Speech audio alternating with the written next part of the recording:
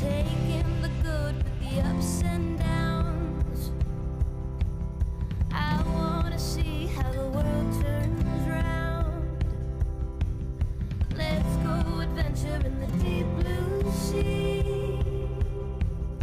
Home is with you wherever that may be. Home is with you wherever that may be.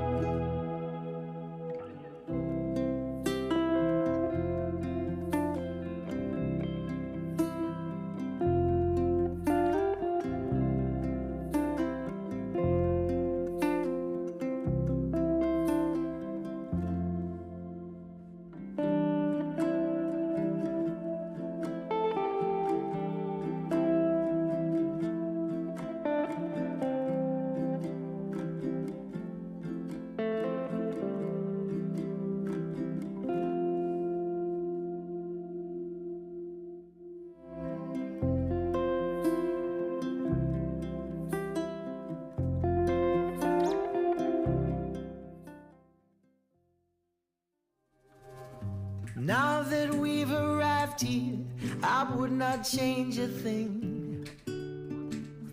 Knew that we'd survive here and all the goodness we would bring. Of this I sing. Everybody swimming in sunshine, everybody feeling fine. Everybody join the front line, ain't nobody left behind. Everybody swimming in sunshine, everybody feeling fine.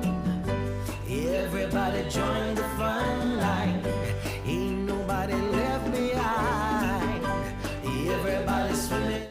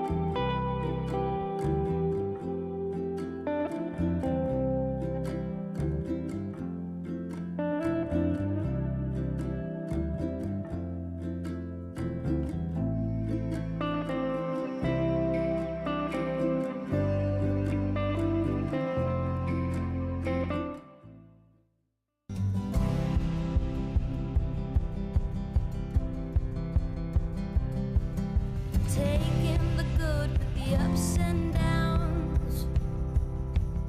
I wanna see how the world turns round.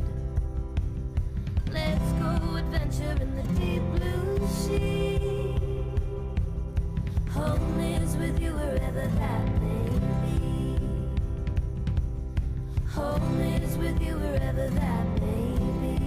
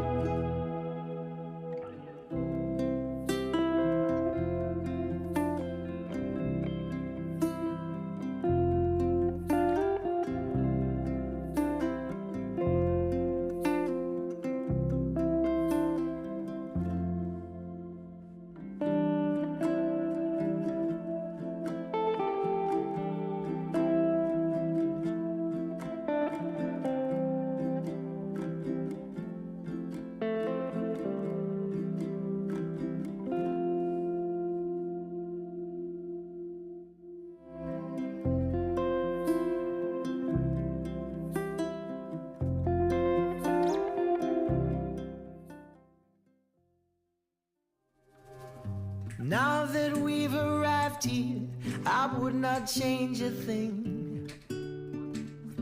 Knew that we'd survive here and all the goodness we would bring. Of this I sing.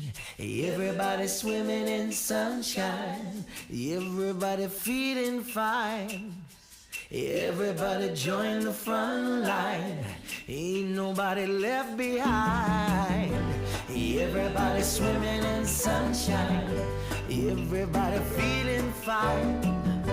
Everybody join the front line, ain't nobody left behind. Everybody swimming.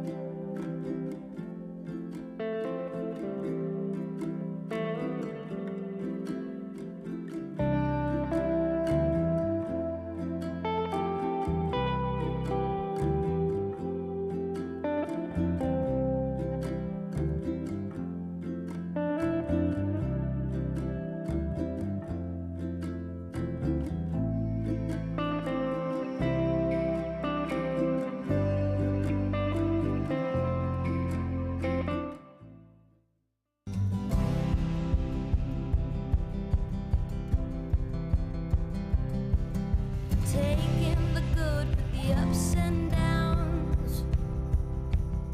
I wanna see how the world turns round.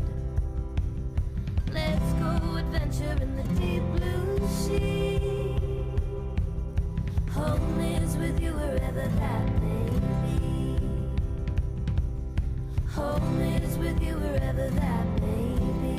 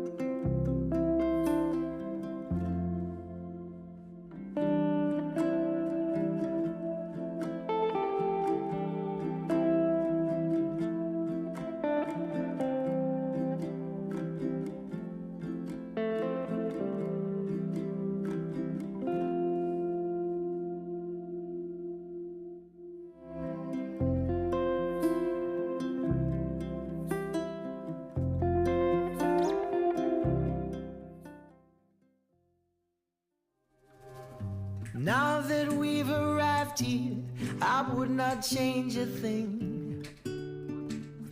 Knew that we'd survive here and all the goodness we would bring.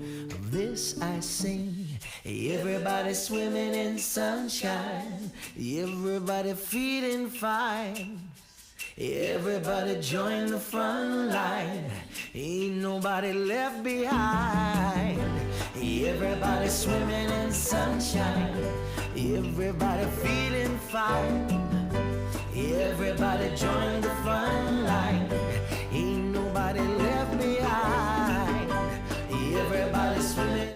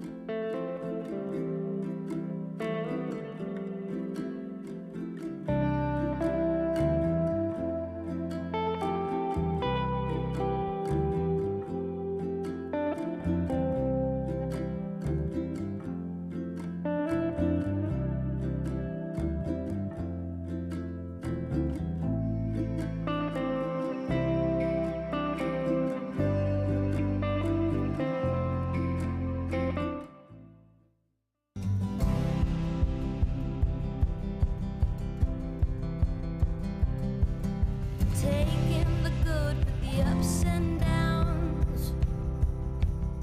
I wanna see how the world turns round. Let's go adventure in the deep blue sea. Home is with you wherever that may be. Home is with you wherever that may be.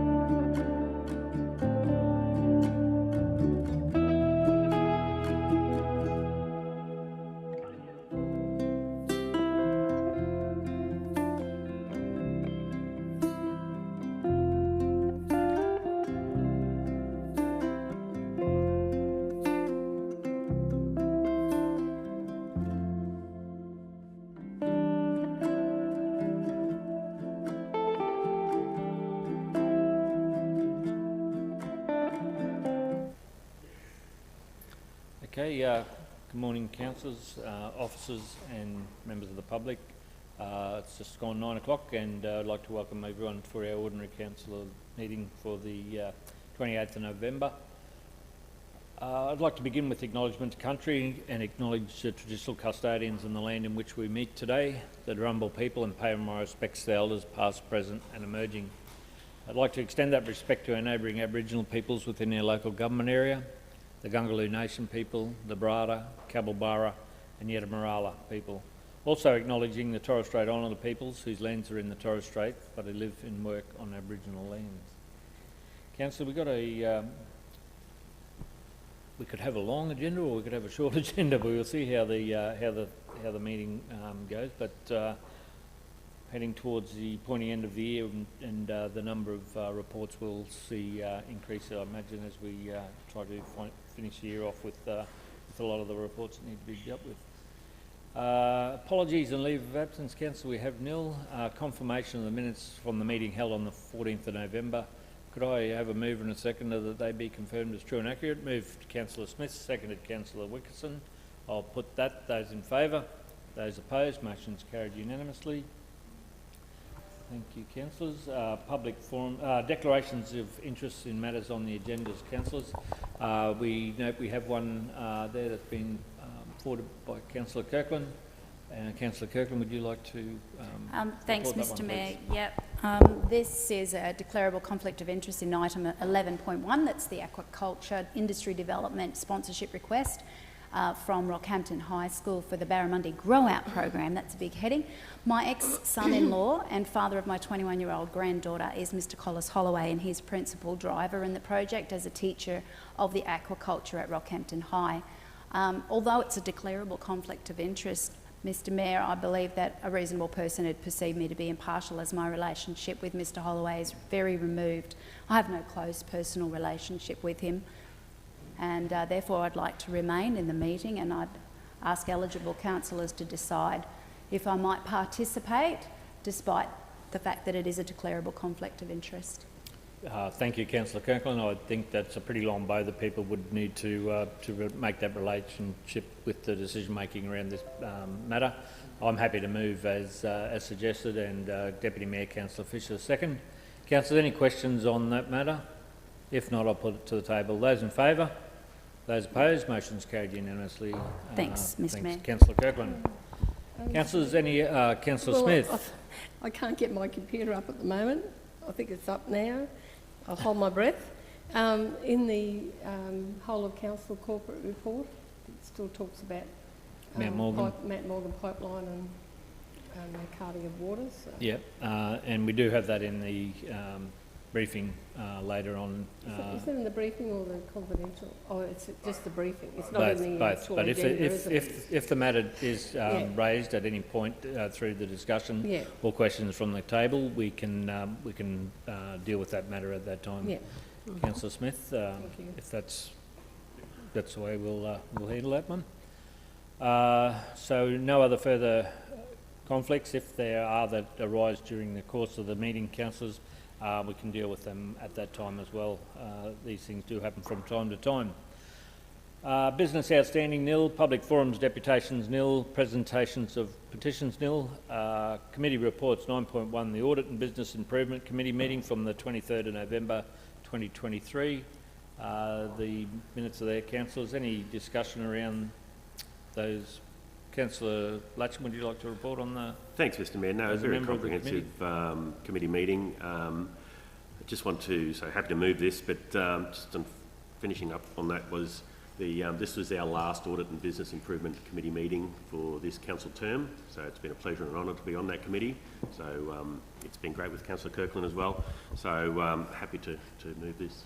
Thanks, Councillor Latcham, and you're right, it's an important and it's a great learning curve to be able to be part of that committee. They're very detailed and in-depth meetings, and you get a good understanding of the organisation through that. So really do commend you both for being members on that committee during that term. So moved Councillor Latcham, seconded Councillor Kirkland. I'll put that. Those in favour, those opposed, motion's carried unanimously.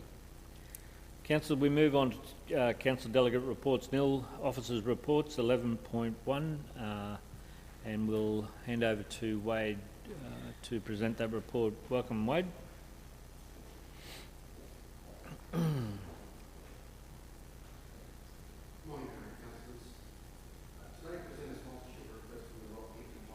Might just need to turn your mic on, Wade. You're right, thank you. There we go. Okay, start again. Good morning, Mayor and Councillors. Today I present a sponsorship request from the Rockhampton High School to support the Aquaculture Barramundi Grow Out program. The sponsorship would support training and development for aquaculture students, the Fishing the Fitzroy tourism product, and also assist the longer term inward investment opportunities for aquaculture in the Rockhampton region. Now, the recommendation is that Council enters into a gold sponsorship arrangement with the Rockhampton High School for 3 years at a total cost of $15,000. I'd be more than happy to take questions. Thank you, Wade. If I could speak on behalf of supporting that. I might go to questions first and then come back to moving in a second and say questions. Councillor Kirkland. Thanks, Mr Mayor. Wade? Yes. This aquaculture program that was initiated through Rockhampton High School, how much money have they received again from state to boost this and to get this program on the move? Yeah, approximately $5 million has gone into the capital expenditure there for the aquaculture classroom itself. That includes the shed, the actual tanks themselves, and a wide variety of other things for the actual aquaculture facility. So $5 million? Correct, yeah, and that's for the capital expenditure cost. And so this particular sponsorship is looking to support also, I suppose, the operational costs as well. So the Rockhampton High School will be looking forward to hopefully getting sort of some other sponsorship arrangements as well with other corporates and others as well. Thank you, Mr Mayor. Secondary to that, so when they presented their application for funding to state, would they not have had to have given some indication there of their operational and maintenance expenditure expectations for the program and how they intended to see it through to fruition in the delivery of what they were actually hoping to achieve? Yeah, expectation was that there was probably some level of provision of the operational costs in there, absolutely, Councillor. But there was an escalation as well with regards to the capital cost for the project. Could you just repeat that last bit? They were expecting... Yep, so there was an escalation in the capital expenditure for the actual project from where it was started to where it actually ended up. They're probably more directed at the state questions, not so much the sponsorship question, Councillor. Thanks, Mr Mayor. It's just helping me to understand why they're asking for money. Yeah. Yeah, it's a sponsorship request that's come through, Councillor. Councillor Smith? Oh yeah, thanks, Mr Mayor. Just probably a comment. I've got no problem with it. I think it's a great thing, especially as they're going to, you know, release all the fingerlings, which we need to keep all the fishermen busy over the next few years.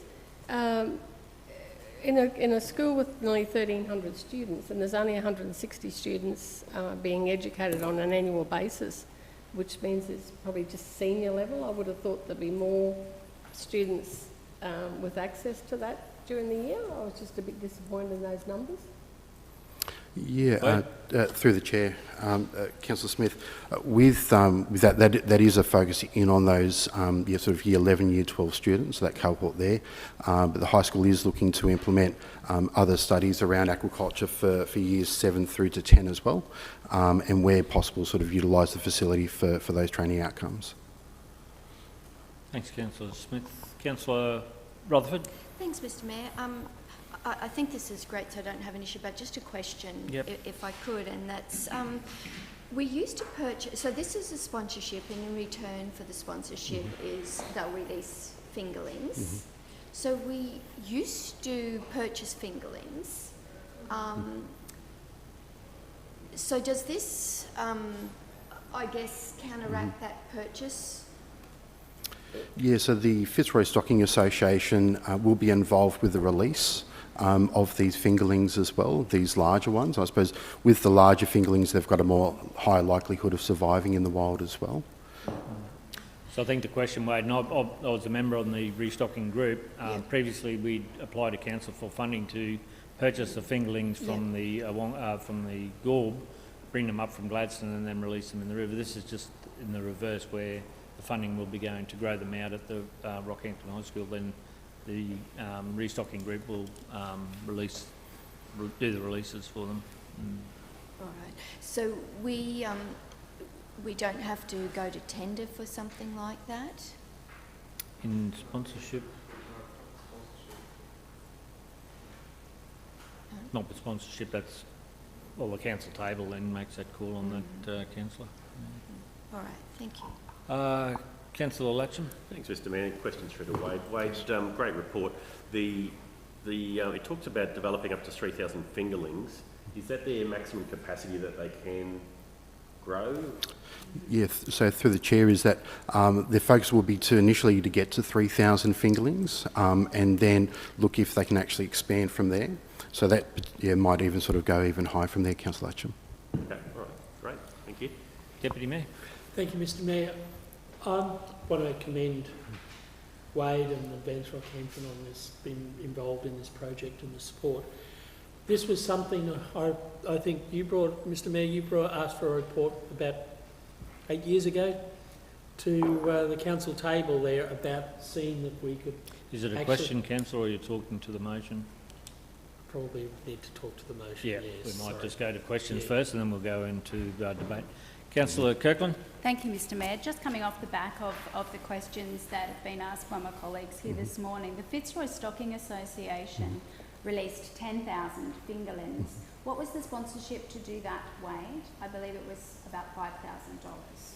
Yeah, I'd have to take that question on notice, Yeah. So this Councillor is a Kirkland. $15,000 sponsorship for 3,000 fingerlings. Per year. It's, so $5,000 per year over 3 years, Councillor Kirkland. My question then would be, are they releasing 3,000 each year, or are they releasing 10,000 each year? No. If I may, because I was on the fishing, Yeah. it's depending on the size. You can pay for the smaller fingerlings, you can get 30,000 for a cheaper price, or you pay for the larger ones that are much more expensive. Okay. And the plan with this is to grow them out to a size where you can actually tag those fingerlings as they go into the system. Survival rate's far greater with the larger fish than what it is with the smaller ones, where we found that the recruitment wasn't anywhere near it. It was more, much more productive to have a larger. That makes sense. Yeah, thanks, Mr Mayor. Yeah, a little bit of explanation there on that one. So look, councillor, I think if we finish the questions there, I'm happy to move. Our Deputy Mayor's seconder. I'll speak in favour of the motion, councillors. Again, Rockhampton and the mighty Toonabar is a fishing and recreational hub, and one that we're very proud to be part of, how we've seen that grow over the recent years and what that's meaning to our tourism industry. The dollars that is pouring into the Rockhampton Regional Council footprint can't be underestimated, and what that means to support that industry going forward through this program, which is also having benefits, far greater benefits with educational purposes, with the aquaculture opportunities. From the economic point of view, I believe there's a great opportunity there to even further the opportunities that we have with our aquaculture development area in the Port Elmer-Bajul location, and I think this is a way that we can start to see the fostering of the further developments in that area as we look to provide protein to the world, and what that means with the opportunity there for jobs and further job opportunities on top of the recreational experiences that this funding can help support during the 3 years of that program. Speakers against the motion. Councillor Kirkland. Thank you, Mr Mayor. Mr Mayor, I agree with you. Everything that you've just said there is very, very true, and the Fitzroy Stocking Association have made sure that we've continued to feed that stock in there, and we've had a great relationship with them as far as purchasing of the actual fingerlings is concerned. I love the program. I am absolutely an advocate for all of the programs that the state schools are actually rolling out at the moment. We've got Glenmore School doing mechanics, and we've got South Rocky doing nursing, and now we've got Rocky State School doing this aquaculture, and all of those are great initiatives. My concern is local government putting money into what is essentially state education and state education programs. And I feel that there needs to always be that delineation between what is local government responsibility and what is state government responsibility. This is a huge program that's already garnered $5 million towards it.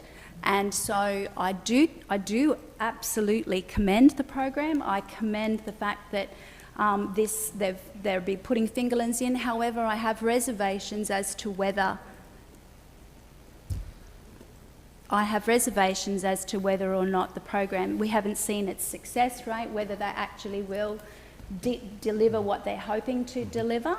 And so because of what you've said, Mr Mayor, because it is so important that we keep that fishing stock up, I would have thought it would have been a better idea to continue along the lines of paying Fitzroy Stocking Association to actually purchase those fingerlings from state school in that capacity.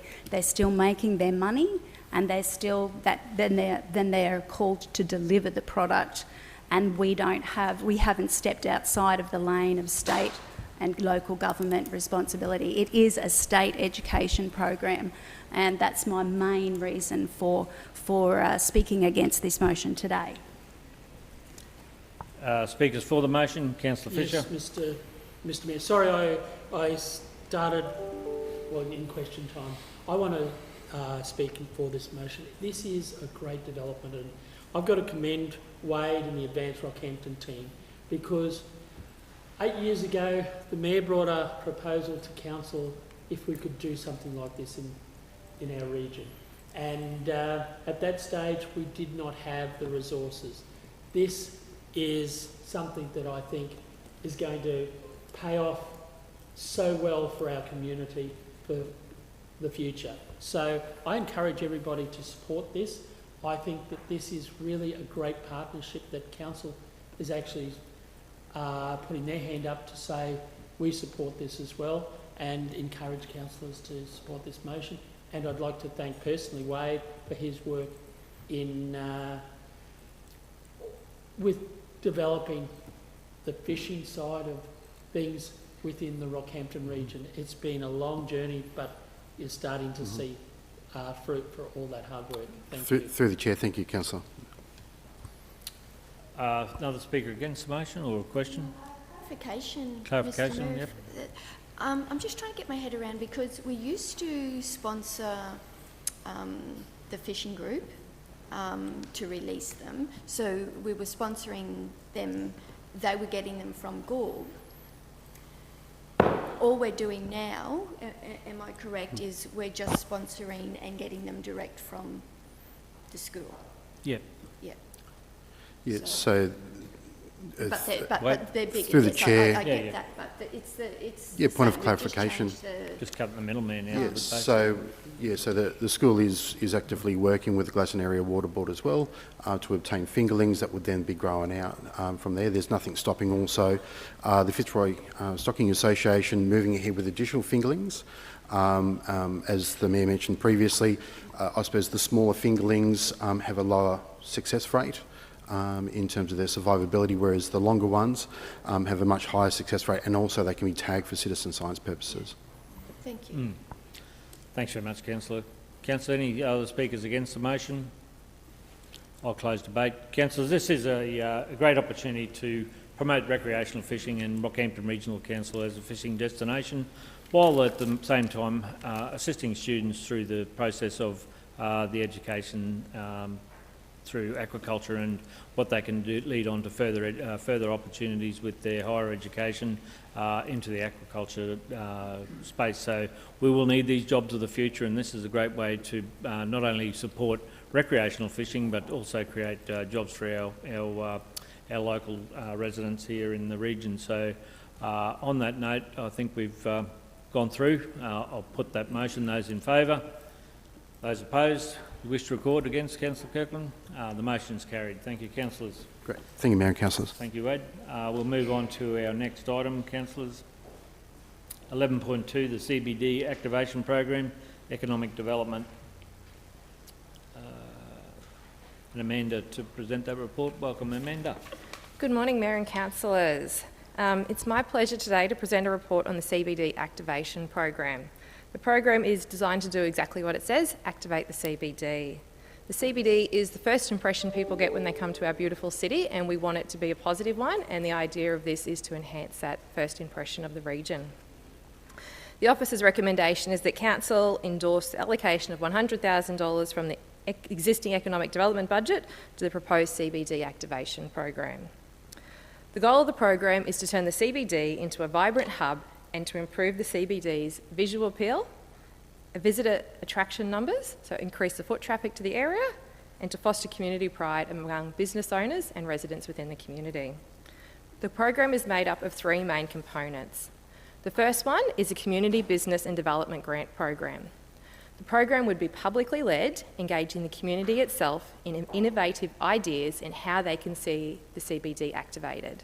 It would be made up of two streams, and each assessment would be individually assessed. The second activation would be a vacant shopfront decals. It would be designed to be installed prior to Beef Week. We all know there's some vacant shopfronts in there. Beef Week does create an influx of visitors to the area, and it would provide an instant facelift to the CBD vicinity. Has been done previously and very well positively received throughout the Beef Week area. The third is a place-making beef cattle installation. Would be leveraging on the region's identity as the beef capital. We all know everyone loves a good social media, Instagram moment. We do have sculptures in the region existing. This would be aimed at placing them in a location that would be easy to access safely for that social media moment, enhancing the region's awareness online. The second recommendation is that Council authorise the Chief Executive Officer, Economic Development Manager, Advance Rockhampton, to approve the grant applications of up to $5,000 as endorsed by the Selection Committee for the grants for the CBD activation. And that's it. Thanks very much for that presentation. Councillors, questions to Amanda? I'm happy. Councillor Mathers. Thanks very much, Mr Mayor. Just a couple of questions through to Amanda, if that's okay. Yeah, you're right. Thank you. Morning, Amanda. Amanda, just wanted a clarification with a couple of things. The $5,000 per application, more or less. I see somewhere in there it talks about maybe window dressing or lighting that can be applied for. So we have left, there's two streams of the grant, and one of it we are leaving open on an assessment on what it would, so there is the possibility for some shopfront uplifts available in there. It would be assessed on an individual case-by-case basis. So it would have to really be enhancing the greater aesthetics of the CBD, not just for the promotion of individual foot traffic through their individual shop. So there will be a committee made up of the tourism, economic development, planning, communities and local laws, or checking each application to make sure it is for the benefit of the community.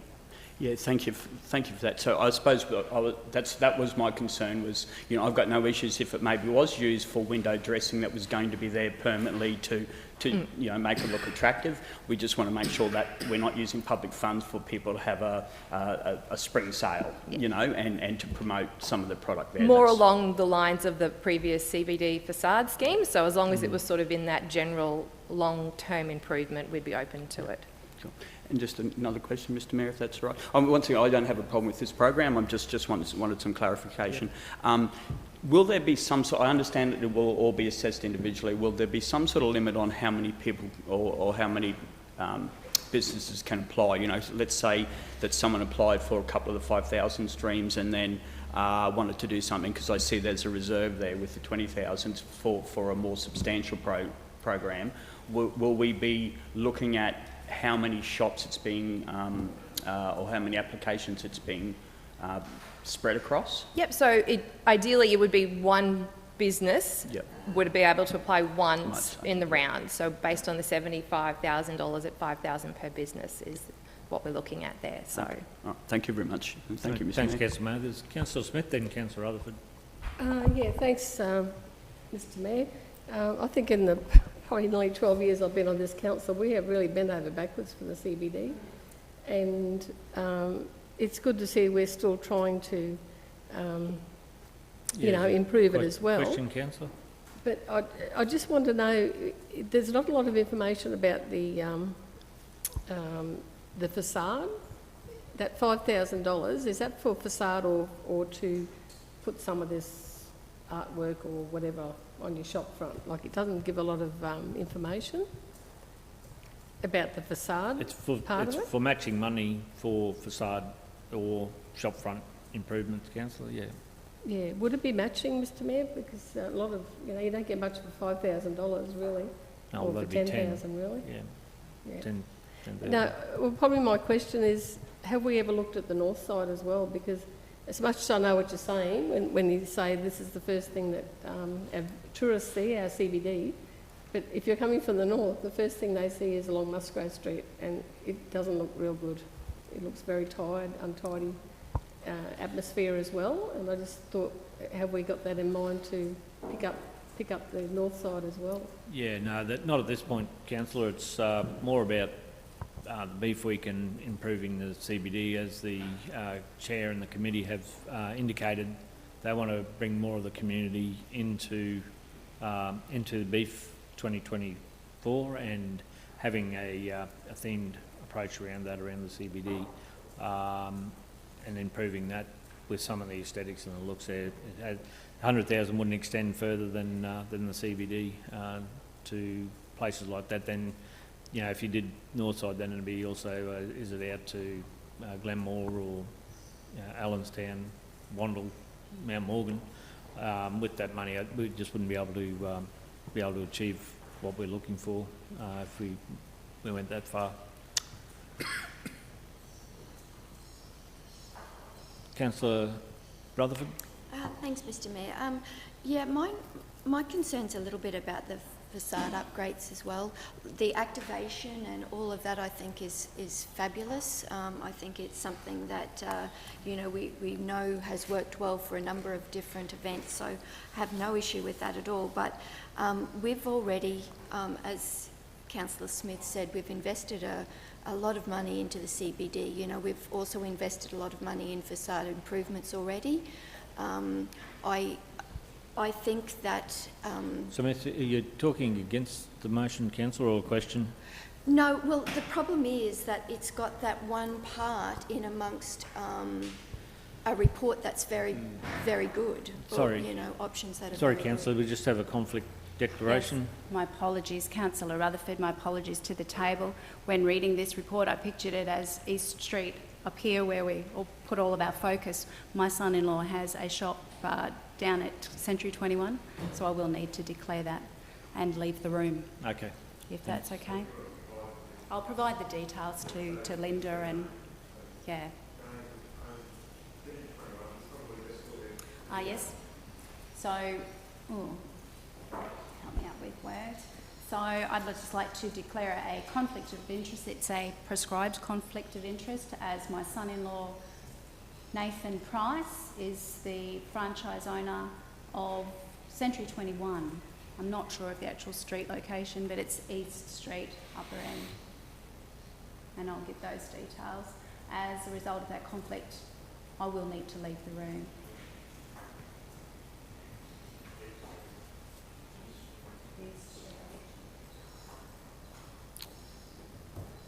Yeah, thanks, Councillor Kirkland. Sorry, Councillor Rutherford, did just come out of that one as we go along.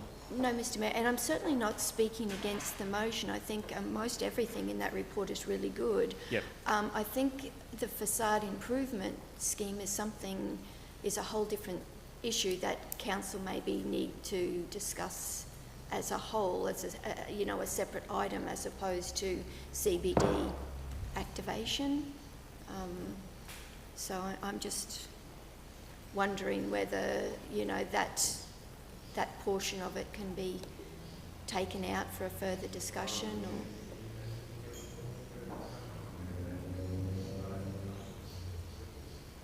or Yep.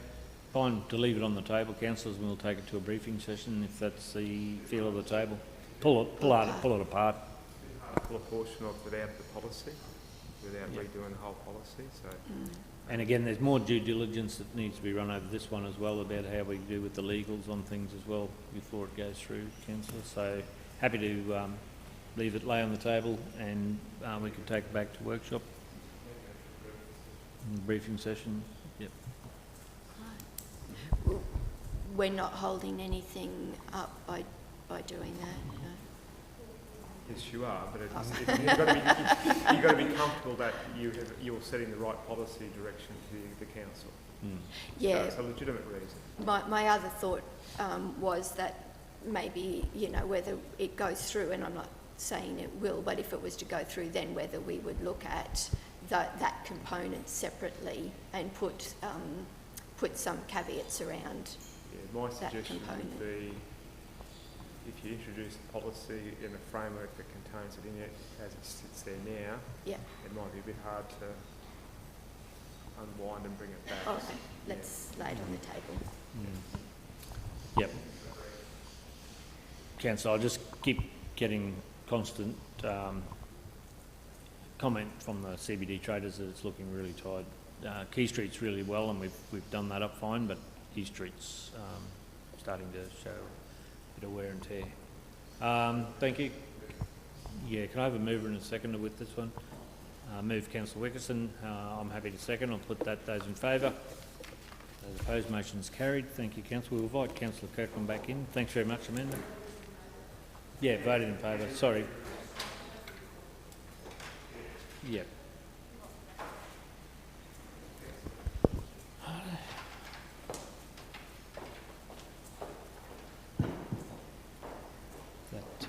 That brings us now to 11.3, development application for material change use for dwelling house with a secondary dwelling.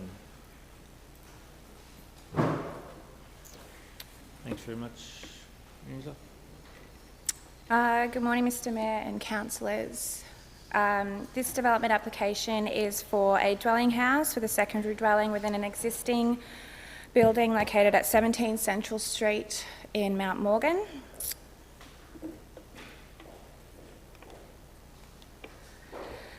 The subject site is currently improved by a building that was previously occupied by KindyCare Mount Morgan. KindyCare has since ceased operations from the site in June 2023, and the applicant owner wishes to renovate some internal features and repurpose the existing building to establish a residential use to assist with the current housing demand. The proposal will see a 2-bedroom dwelling house with an attached 1-bedroom single dwelling, and no external works are proposed as part of the development, so the existing built form will remain generally consistent with the surrounding streetscape. The subject site is located on the fringe of the local centre zone with a mix of residential and non-residential uses in the area, and the local centre zone will not change as a result of this application. The application was subject to public notification for 15 business days and no submissions were received.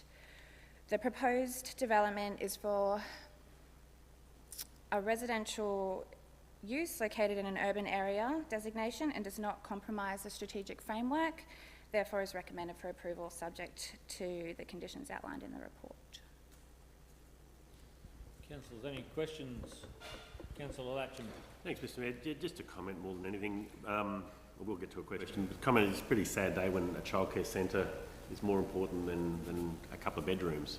So to have 6 toilets for 2 bedrooms, wow. My question is, it talks about in the report that it can revert back to a childcare centre and will that just come back to the table again if that's what was to happen? Yes, that is correct, through the Chair. A childcare centre or community use is accepted subject to requirements when reusing an existing building.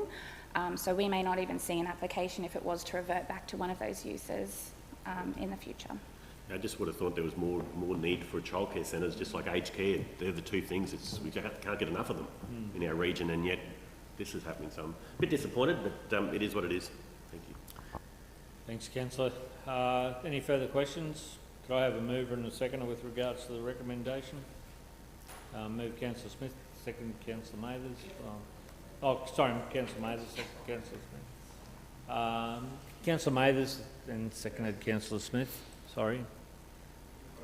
I'll put that. Those in favour? Those opposed? Motion's carried unanimously. Thank you. Councillor.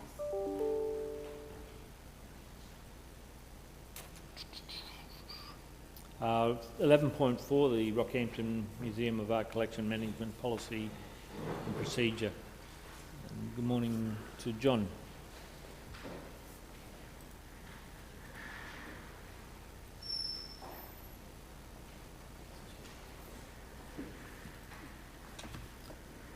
Through the Chair, good morning, councillors.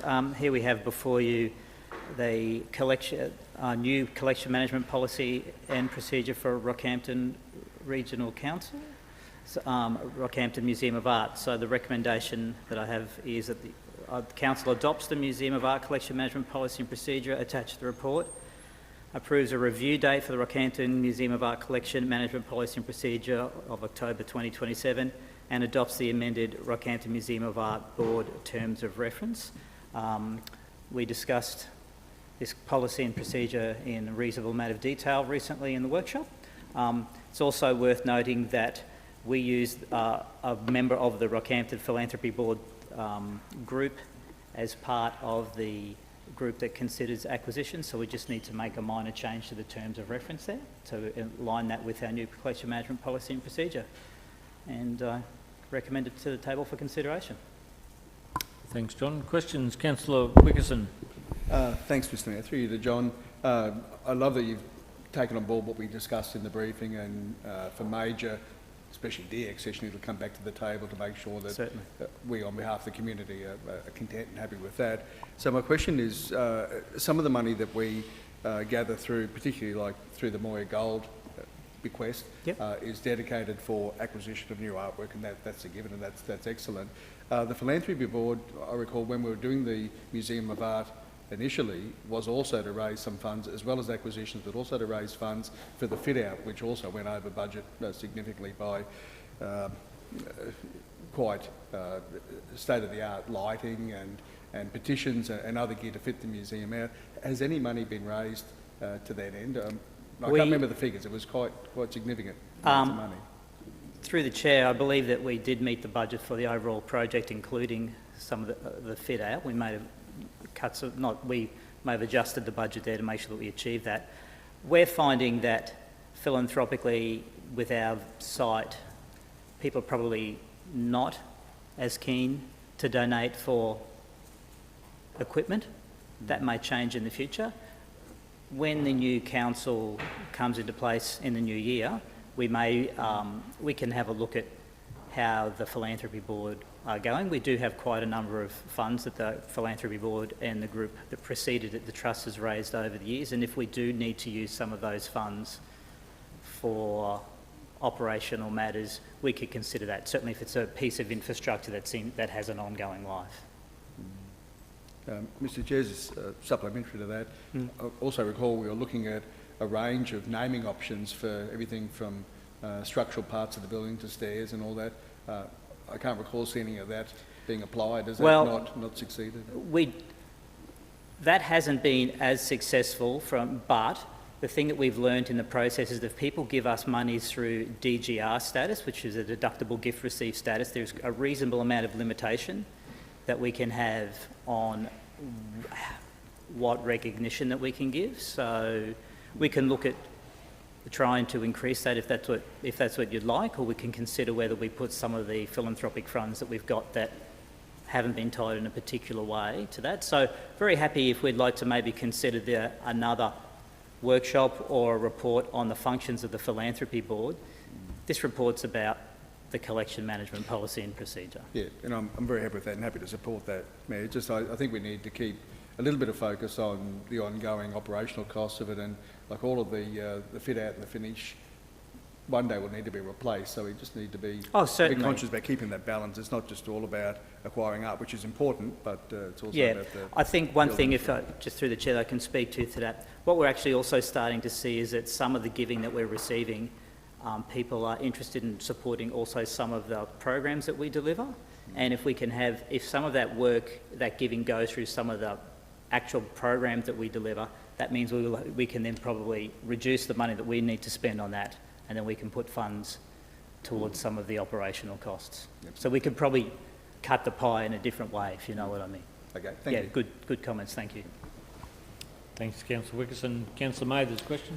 Thanks very much, Mr Mayor. Just probably a little bit of clarification or some experience from around the table, if that's all right, to get some thoughts, Mr Mayor. 5.3, John, the de-ascensioning, and I think it was clause... sorry, I had it here a second ago.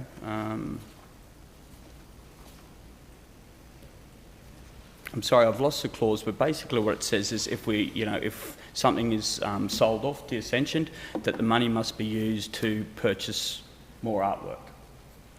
I suppose the question I've got, Mr Mayor, is that something that we want written in policy 100%, that, I don't know, I'm just looking moving forward in the future, if we got to a stage where we needed to find some funds to cover, some important community project or something like that, our hands would be tied. This could only be used for purchase. Okay, but if something had been sold and the money was already used, we wouldn't have that opportunity at that point. Question? Probably not. No. Depends how it gets used. Sorry. I mean, look, I'm just, I'm hoping we wouldn't be in that situation, but I'm just wondering, because it is policy, if we got to a stage where we thought we needed to sell a piece of artwork for something like that, it's in policy that it can only be used for that thing. I mean, once again, I don't know if it's right or wrong. I was just seeking some, what the table thought and what maybe what CEO thought about that. No one sees a real issue with that? Through the chair, I think the alteration that we made after discussing this, or the consideration in your comments after the workshop, if we are selling anything over the value of $5,000, it needs to come to the table. Mm-hmm. So I would imagine if you're really considering our backs are against the wall on some matter, and that we're looking, I think it would probably be, something that's valued a little bit more than $5,000 is something that you're considering. So potentially by including that clause, you've already got that pause mechanism there. Mr Mayor, if that's right, John, you're probably right. I mean, if anything over $5,000 is coming back to the table, if we were in that situation, we could make that call at that point. So, all right, you might have that trigger there for you already. Okay, all right, valid point. Thank you, John. Sorry, councillors, I wasn't part of that workshop and discussion. Councillor Wickerson, you finished your questions? Oh. Yep. If there are no further questions, Councillor Wickerson, you're happy to move. Seek a seconder. Councillor Rutherford, I'll put that. Those in favour. Those opposed, motion is carried unanimously. Thank you very much. John. Thank you. Excuse me, Mr Mayor, could I just make a comment? I'm not for one moment saying that I want to start selling off artwork to pay bills. It was just something that popped into my mind. That was also, I'm not doing that to you, John. Okay, councillors, we move on to our next item, 11.5, parking technology implementation. We'll hand over to John to present that one. Thank you very much, John. Good morning, councillors. We're here today, I guess, to discuss the implementation plan for the parking technology that's coming in, the licence plate recognition technology. So we're in the final stages of implementing that. At this point in time, we are, seeking clarification from the table as to how that implementation plan would work within the Central Business District and the wider Rockhampton region. So obviously the recommendation there is to adopt one of the implementation plans, and then some further information about relaxing parking restrictions in relation to that implementation as well. So as part of the brief there, it says that we've done a bit of a patrol around to identify how many car parks are available. Martin can speak to it a bit more, but in 2016, so the current traffic management plan for the CBD was reviewed and is still current, and shows that there's sufficient all-day car parking for the region at this stage. And then obviously that was supported by the 181 car parks available currently as at last week.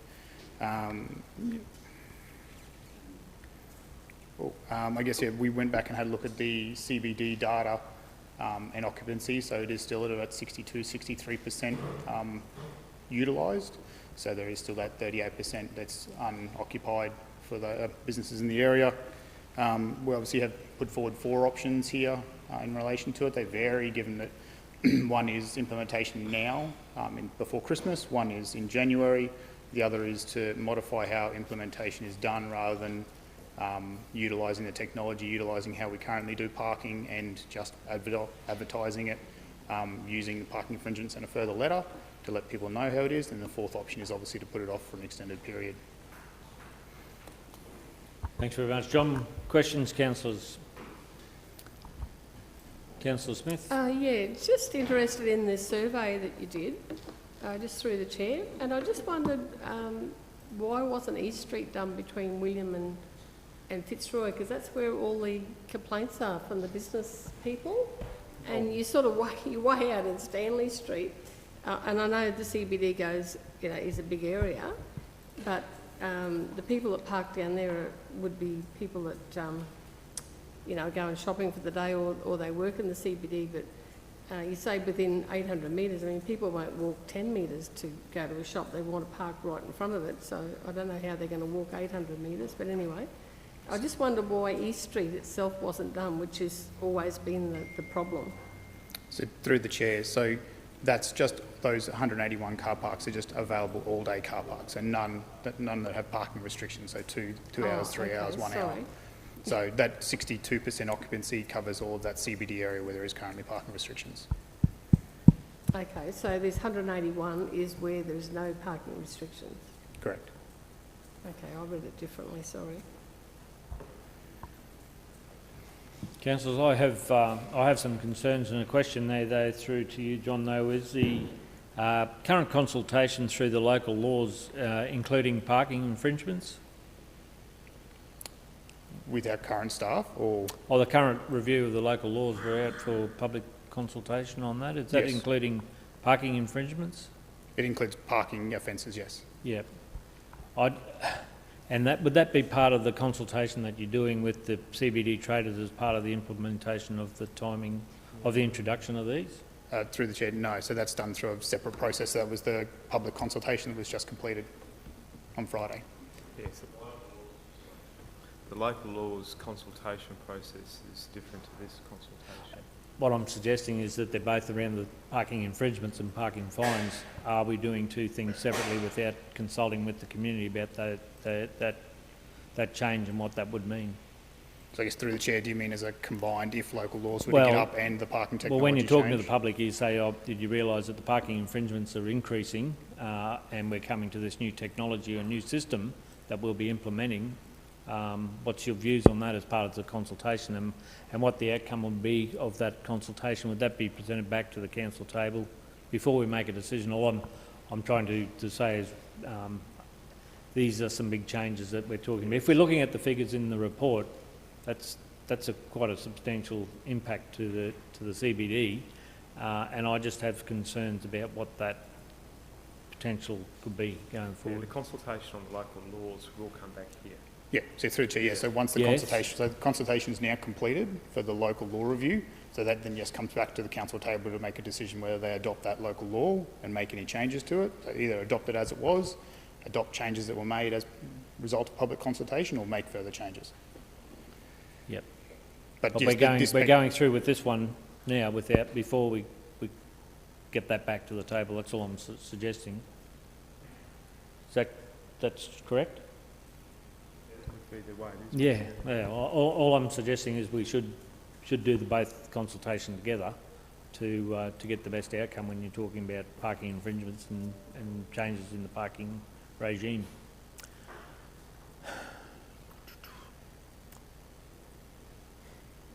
Councillors?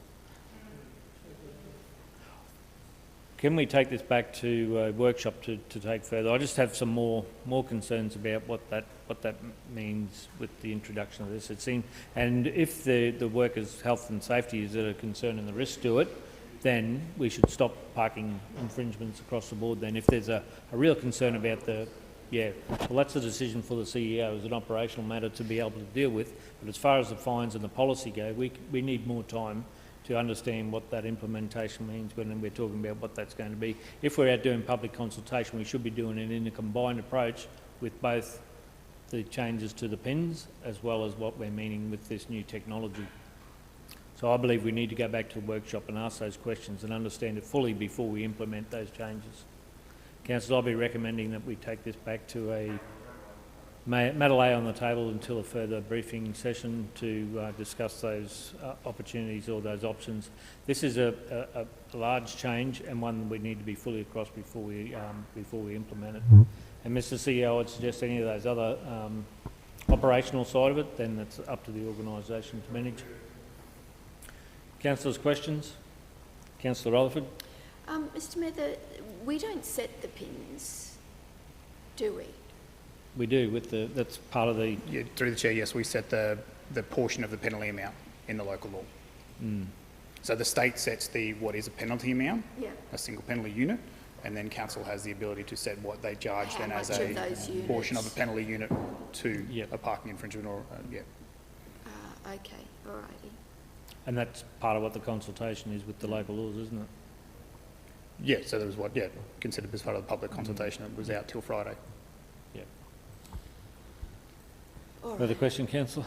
No, Mr. Mayor, probably just a comment, and I think this new system is a really good system. I think there's a lot of positives about implementing it. Yeah, if you're talking in favour of the motion, Councillor, probably what I'm suggesting is that we need to have the workshop to get a full understanding of what those changes could mean. That's all. And once we've done that, then we bring it back to the council table.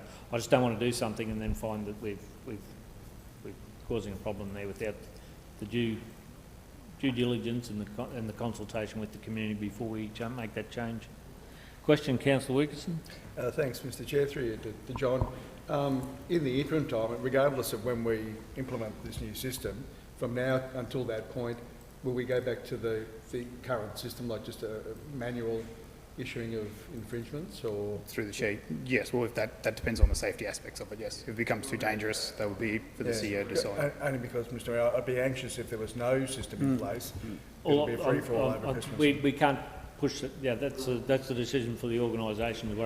We'll manage the risk, the parking patrols the best we can, and we'll keep the council informed of where that's up to. So. And the second question, Mr. Mayor, probably to the CEO. Can you explain and I don't want to put any staff at risk, but can you explain how the risk and probably the verbal assaults and other 2-hour parking meter operators is any different to what maybe our animal inspection bill? And I would never want their job, because no one's ever going to be happy with you trying to enforce the law. I think I'll put that in as part of the presentation to the briefing session. We can workshop that. Yeah, because every risk or hazard that's identified is dealt with slightly differently on the way through, and we can manage all those different things a different way. Yeah. So, okay, appreciate that. Thank you. Even to the councillor's role as well, Councillor, we got that as well. Councillor Mathers. Thanks, Mr. Mayor. Sorry, I'm going from mind trying to work out how I can phrase this or turn it into a question without talking to the motion, talking to this. I don't think I can. I think what I say will probably be talking to it. So okay. Sorry. Councillors, I'm happy to move that the matter lay on the table and present it to a briefing session for further discussion. Seek a seconder. Councillor Latcham. Put that. Those in favour. Those opposed. Motion is carried. Do you wish to record against it, Councillor? Councillors, thank you. Thanks very much, John. We'll take that one back as well.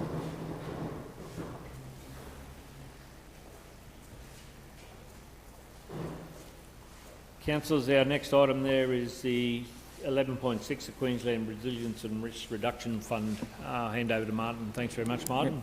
Morning, Mayor and Councillors. Very recently, the Queensland Reconstruction Authority has opened the funding round for the next round of the Queensland Resilience and Risk Reduction Fund, QRRF. There's $13.1 million available statewide. It's not a huge bucket of money. The projects would have to run between June 2024 or July 2024 and be completed in June 2026. Applications close on the 20th of December 2023. In a change to this particular round, the numbers of applications per council has now been limited to 2. We did put a call out around the council departments to see what projects would fit the guidelines. There's probably 4 that came to mind, 2 of which I'm recommending to council that we move forward with. 2 are sort of still under development and will probably be ready for a further funding submission maybe early next year when there's a federal program coming out called the Disaster Resilience Fund. There's so many different resilience funds at the moment, it's hard to keep track of who's doing what. Yeah. With this particular one, we're looking at a position, well, we're entitling it Advancing the Fitzroy and Capricornia Regional Resilience Strategy. Back in 2022, a resilience strategy was developed between the councils within the Fitzroy and Capricornia area and Queensland Reconstruction Authority. Out of that is quite a considerable number of actions to improve resilience around the region. To be able to move forward with those actions, we need resources. That's essentially the crux of this particular application. Because it's a 2-year period that this is funded over, I'm suggesting that we put forward a resilience project officer for the 2-year period. The overall cost would be $393,000. The guideline itself says that you only need to put 5% co-contribution towards this, but there's also some conflicting wording in the guideline that talks about the funding not funding council on costs. I'd contacted the QRA about this and they said no, the council's normal on costs would be funded. However, I've also spoken to Christine Bell, who has a current project under that same funding program, and it's not the case. So there's a little bit of a grey area there we'll work through between now and 20th of December to make sure we get the figures right. What I've put in the report is our worst case if the QRA don't fund council's on costs. So that's the figure I've allowed as a council contribution in this report. Hopefully it'll reduce back down to the 5%. The Regional Resilience Officer would look to basically continue the work that our current bushfire resilience project officer is doing and also broaden that role out to other sort of areas such as floods and stormwaters and those sorts of things. The current bushfire resilience officer role is funded through to March 2024 and we have no future funding currently in operational budgets to continue with that work. So this is an attempt to try and continue with that role for a further 2 years, essentially. In a similar vein, in Christine Bell's area, we have the Activating Climate Risk Management in the Rockhampton region. Councillors would be aware that Christine's area is currently working on the Climate Management Framework for Council, which is phase 1 of this. We've recently had workshops to start that process. That particular project, I think, continues through to about September 2024, and once again there's no ongoing resources to continue with the implementation of the framework. So out of this framework will once again will come a number of actions. So I think Christine's idea with this particular role is then to continue having an officer resource to take whatever actions comes out of the strategy and implement those. We seem to have been going through the cycle of developing a number of good strategies and identifying things to move forward with, but we don't necessarily have the resources to be able to carry it forward. So that's the basis of these two particular, I suppose, projects that we're putting forward for Council's consideration. The other two that were in consideration, one was a floodplain risk management study for the Fitzroy River. We're currently doing them for our creek systems, and we've already got a number of funds through both state and federal government to continue with those. So we've got a number of those in the next 2024 and 2025 to complete. So we're probably holding back from doing the Fitzroy River one at the moment, just based on resources. Once again, we can't just keep loading up on top of each other. We won't have the people to be able to deliver that. So we'll look at putting that into a later round. And the other one that's been discussed in recent times is with our airport business is purchasing its own temporary levy system to put around the terminal and air services buildings. We're probably not quite at the point where we could submit that. It's only very recently, last week, I think we got the final report out of a consultant as to the system that we would need to be able to do that. That's a $2 or $2.1 million purchase that you'd be looking at there, so there's some decision making to be made by council as to whether to go forward with that, and it's probably a little bit premature to put that in this particular funding round. So that's essentially the basis of the recommendations to council. Happy to take questions. Okay, thanks very much for that report, Martin. Questions, Councillor Rutherford? Martin, is there something that says that it should be used, these applications and the money, the grant should be used on positions rather than, I guess, actions? And I pick up on the comments that you were making that we have framework and strategies, but now we don't have funds to put any of those strategies or those actions in place. So why are we not looking for funding to put those actions in place rather than... Yeah, well, many through the chair, many of the actions are council-led actions, so they need a resource to be able to implement those. Certainly with the resilience officer that I'm proposing, the continuation of the bushfire resilience officer, but with a broader thing, it was not only purely wages, but in that 393, there's also contractor and consultancy cost to be able to implement some of those actions. Can you describe some of those actions that have come out of? Yes, and I wish I'd brought the resilience strategy with me because I had it on my desk. But essentially it talks about implementing some of our stormwater mitigation actions. There's talk of implementing some of the work around possible planning scheme adjustments on the back of the bushfire resilience work.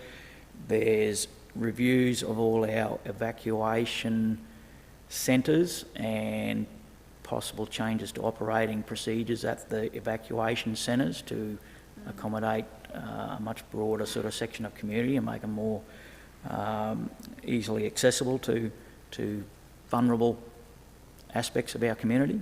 So there's a very broad range of actions. And all important, certainly. But Mr. Mayor, I think that the frustration for our community and even here at the table is that we know one of the biggest things we face for disasters, whether it's fire or flood or whatever, is the overgrown creeks that we have.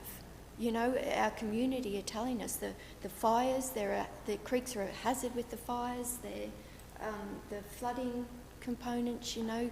Near Coal Creek is full again now. Why are we not looking at this type of funding to fix those problems? And I know they are temporary fixes, you know, they may only last 12 months or whatever else, but they're the issues that our community are talking to us about, and I would think that that's what we should be putting forward in these for Councillor, these it doesn't fundings. tick the box with the funding arrangements. There's no money for that type of work. I'll raise that with them as well, and it's just they say they're natural waterways and they're not for people to go in there and clear them out. That's the way they operate, and that's clearly what the governments are saying, and when you apply for funding for it, there's no money to apply for money to clean that. We can take that on as council, but where do we stop and start with that? That's the question. But if that's identified out of one of these strategies as a major problem, then shouldn't there be... They're not controlled by the yes, council, but then it's a problem for the state. If they start at one council and start doing it, they're going to have to do every creek across the state and the country, for that matter. But this is a funding program. If we choose to put applications in for that, if we see that as our highest priority, then I guess each council gets to choose what they consider their highest priority is for funding. Yeah, some creeks you can't go into, council. They're not. You can't clear them. That's the thing. They're natural waterways. You can't go in there and clear them. No, I understand, but you can do. I mean, near Cole Bridge, we're likely to lose it again if we get major. You know, so what we just let the bridge blow out again. You know, that Cabra fire, we're just absolutely lucky that that fire didn't hit the creeks. You know, most other places, they're backburning. Martin, is that the risk that bridge is going to be lost at the next flood? Are we talking about the Neocol Creek on Capricorn Highway? It's not our bridge. Yeah. Well, yeah, that's my initial reaction. That's TMR's concern. That doesn't help the people that live out there that watch that bridge wash away, you know? Yeah, but the difficulty from an officer point of view, and particularly the CEO can jump in and shoot me down if he likes. The difficulty with the creek system, say in the urban areas, is there's multiple ownership. Most of it is still state controlled, and until council arrive at a policy position, as the Mayor's indicated, that we're willing to fork out money to maintain what is effectively the state government's land, we are not going to progress anything in those creeks, because there's such a mixed match of ownership, approval conditions, and certainly a lack of desire from the state to do anything about it. So, and to try and get over the top of that and put a relevant funding application in saying we wish to do this work. I mean, you're supposed to only do this work really if you're doing work, infrastructure type work, on land under the control of council. You could probably argue most of it is under control of council, but certainly not under the ownership of council. It's a difficult space to get into. We apply for debris deflectors to go on to the bridge culverts to flick over the top of the the bridges and waterways when they have them. That was the extent that we were working on. I see Peter online. Peter, did you want to add a bit more to that conversation, please? Yeah, look, I will. I understand. Just might to turn it up a bit, Peter. We're just hearing a little bit difficult there. Okay. Can you hear me now? Yep. Is that better? Hello? Yeah, is it turned up? Yep.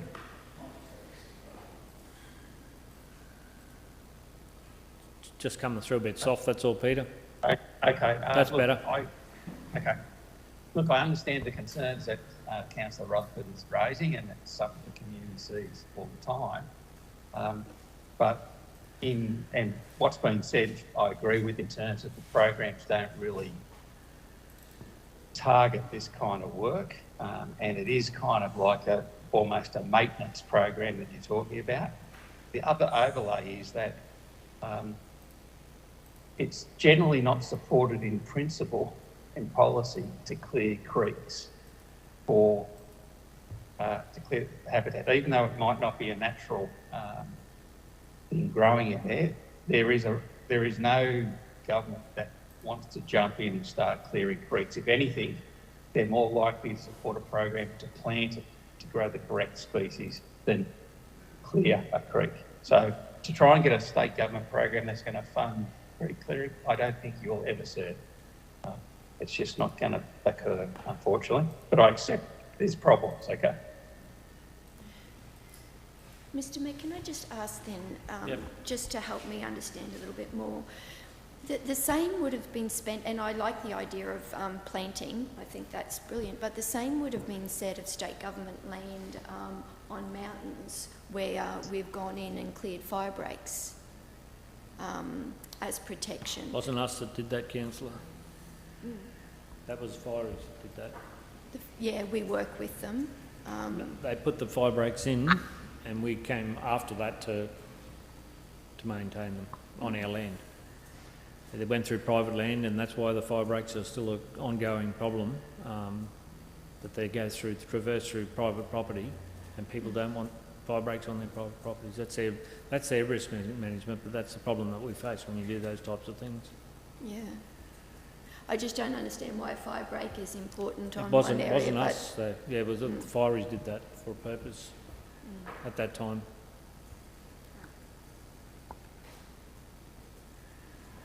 Councillor Latcham. Thanks, Mr Mayor. Question through to Martin. Martin, in this application, a significant proportion goes to wages, and I'm just looking at the application here, the criteria and stuff, and it talks about eligible costs. And eligible costs can either be remuneration of an existing employee, where they're reassigned to this project, or it can be personnel costs directly related to delivery of the project, including salaries, vehicle and office equipment leasing. Out of those two different criteria, it looked like wages would be an eligible item, in my mind. If we were successful with this grant, are you anticipating getting an existing employee, or are you actually putting it out there for another new person? Currently, the two positions, there's one, the Bushfire Resilience Officer that sits within DM, and I think, I don't recall the name of the officer that sits within Christine's area doing the climate change work. I believe are both fixed term positions, so they will end when the current round of funding ends. So it would be a matter of then recalling those positions. They are not fixed permanent positions. They're only supplementary positions in our establishment, so they would be essentially new positions. Okay, using existing... Well, yeah, whether it's a continuation of the same personnel into those, could happen. Yep. But at the moment, all we can really plan around is the fund ends on these dates. Those positions discontinue on those dates. Yep. So. Thank you. Martin, the applications, if they go through, council will still get another decision point whether to accept that if we apply for them, or we've locked in. No, this is the application, Mr Mayor. So I'm just curious of it's not really clear on what the budget implications would be, whether it's a 5% or whether it's 50-50. Well, that's, I suppose, in answer to that, Mr Mayor, that's why I've put in what is believed to be the worst case scenario. Yep. So where it says in those guidelines that on costs are not funded, that's the figure that I've allowed as a council co-contribution. That's the worst case scenario. If we clear that up between now and 20th of December, which I intend to do, we may be able to reduce that even further down to a 5% co-contribution.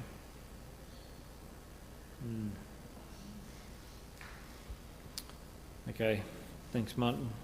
Councillors, any further questions? Councillor Mathers. Thanks very much, Mr Mayor. Just through you to Martin.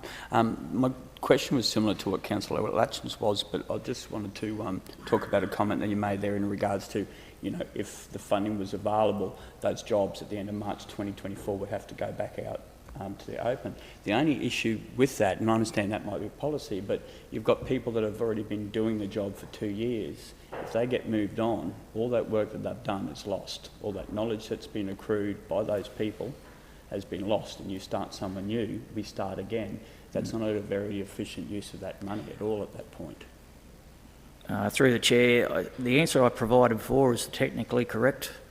Under current process and procedures, we have in the past been able to have a discussion with the CEO, who has recognised similar arguments to what you have just put forward, and we have been able to extend just by doing extension of those supplementary positions. So, and that depends, of course, whether those particular employees are wanting to move on or stay around as well. So, yeah, there would be a discussion, I think, going forward towards around March next year, maybe even earlier, as to by the difficulty will be we probably won't know about this funding till June. And that's okay for the position in Christine Bells, because it doesn't run out till about September, I believe. So but my particular position runs out in March, so we'll have to have a discussion as whether we can nurse that particular position through to the end of the financial year or not. But yeah, I agree. It doesn't make a lot of sense to take that experience out of the organisation.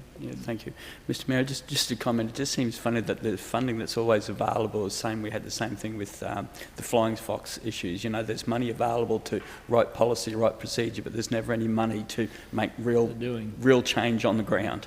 You know, they're happy to pay people to sit behind a computer. Yeah, just remember that the grants were there for that period of time as well. They weren't there for a full-time position for forever. So they're there to do a body of work that could assist the council with the process. Yeah. So, then to go out and do the work. Yeah, correct. That's the problem. It still doesn't make the work actually happen on the ground, which is what we need. Okay, councillors, no further questions to Martin. I'll move as recommended, and seconded Councillor Wickerson. I'll test the table. Those in favour? Those opposed? Motion's carried unanimously. Thank you, Martin. Thank you, councillors. Again, very difficult when we know we need to have those staff on board when we're dealing with natural disasters and what that means going forward for the organisation. Okay, thank you. We'll move on to the next item, which is 11.7, Fees and Charges Amendment 23-24, and hand over. Yep. Councillor Fisher, take a break. We'll try and get this one out, and then we've got a couple more. We'll hand over to Marnie to walk us through the 11.7. Thanks very much, Marnie.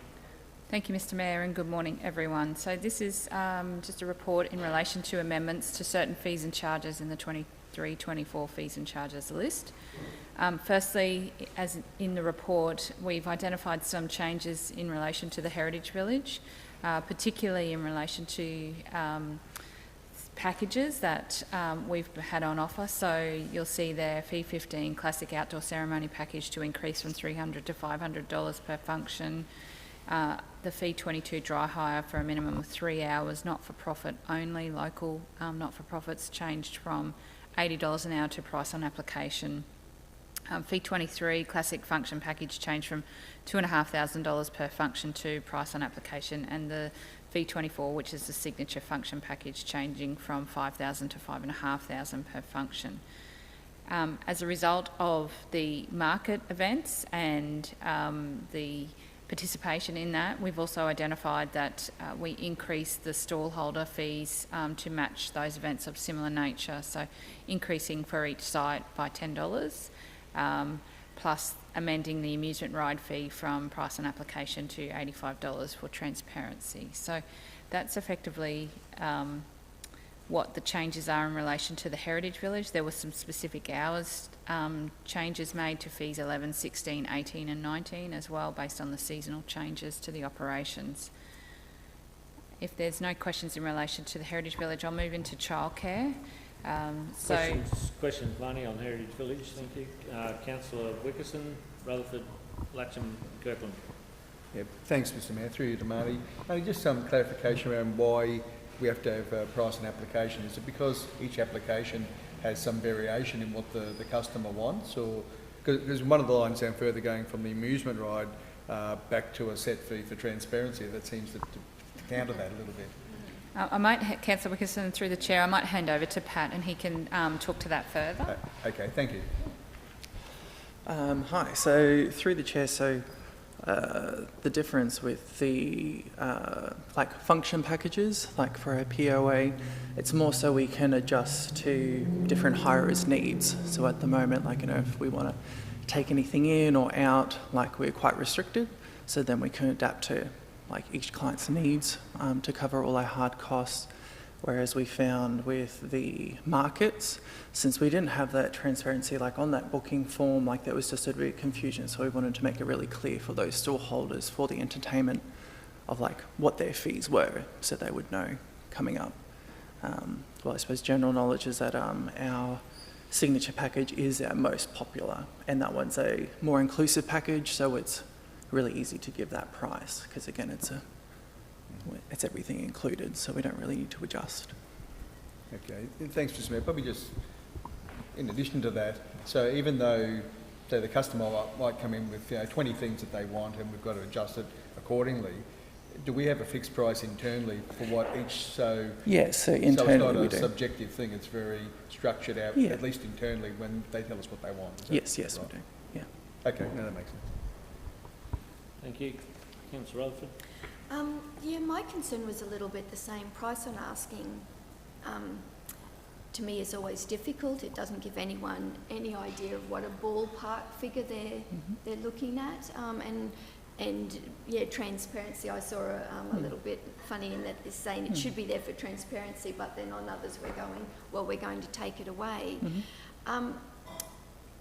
Is it possible to put like a base charge there and then an explanation that this is the base amount, but on asking there are additional fees for, you know, hire of chairs? Just like an explanatory note around it.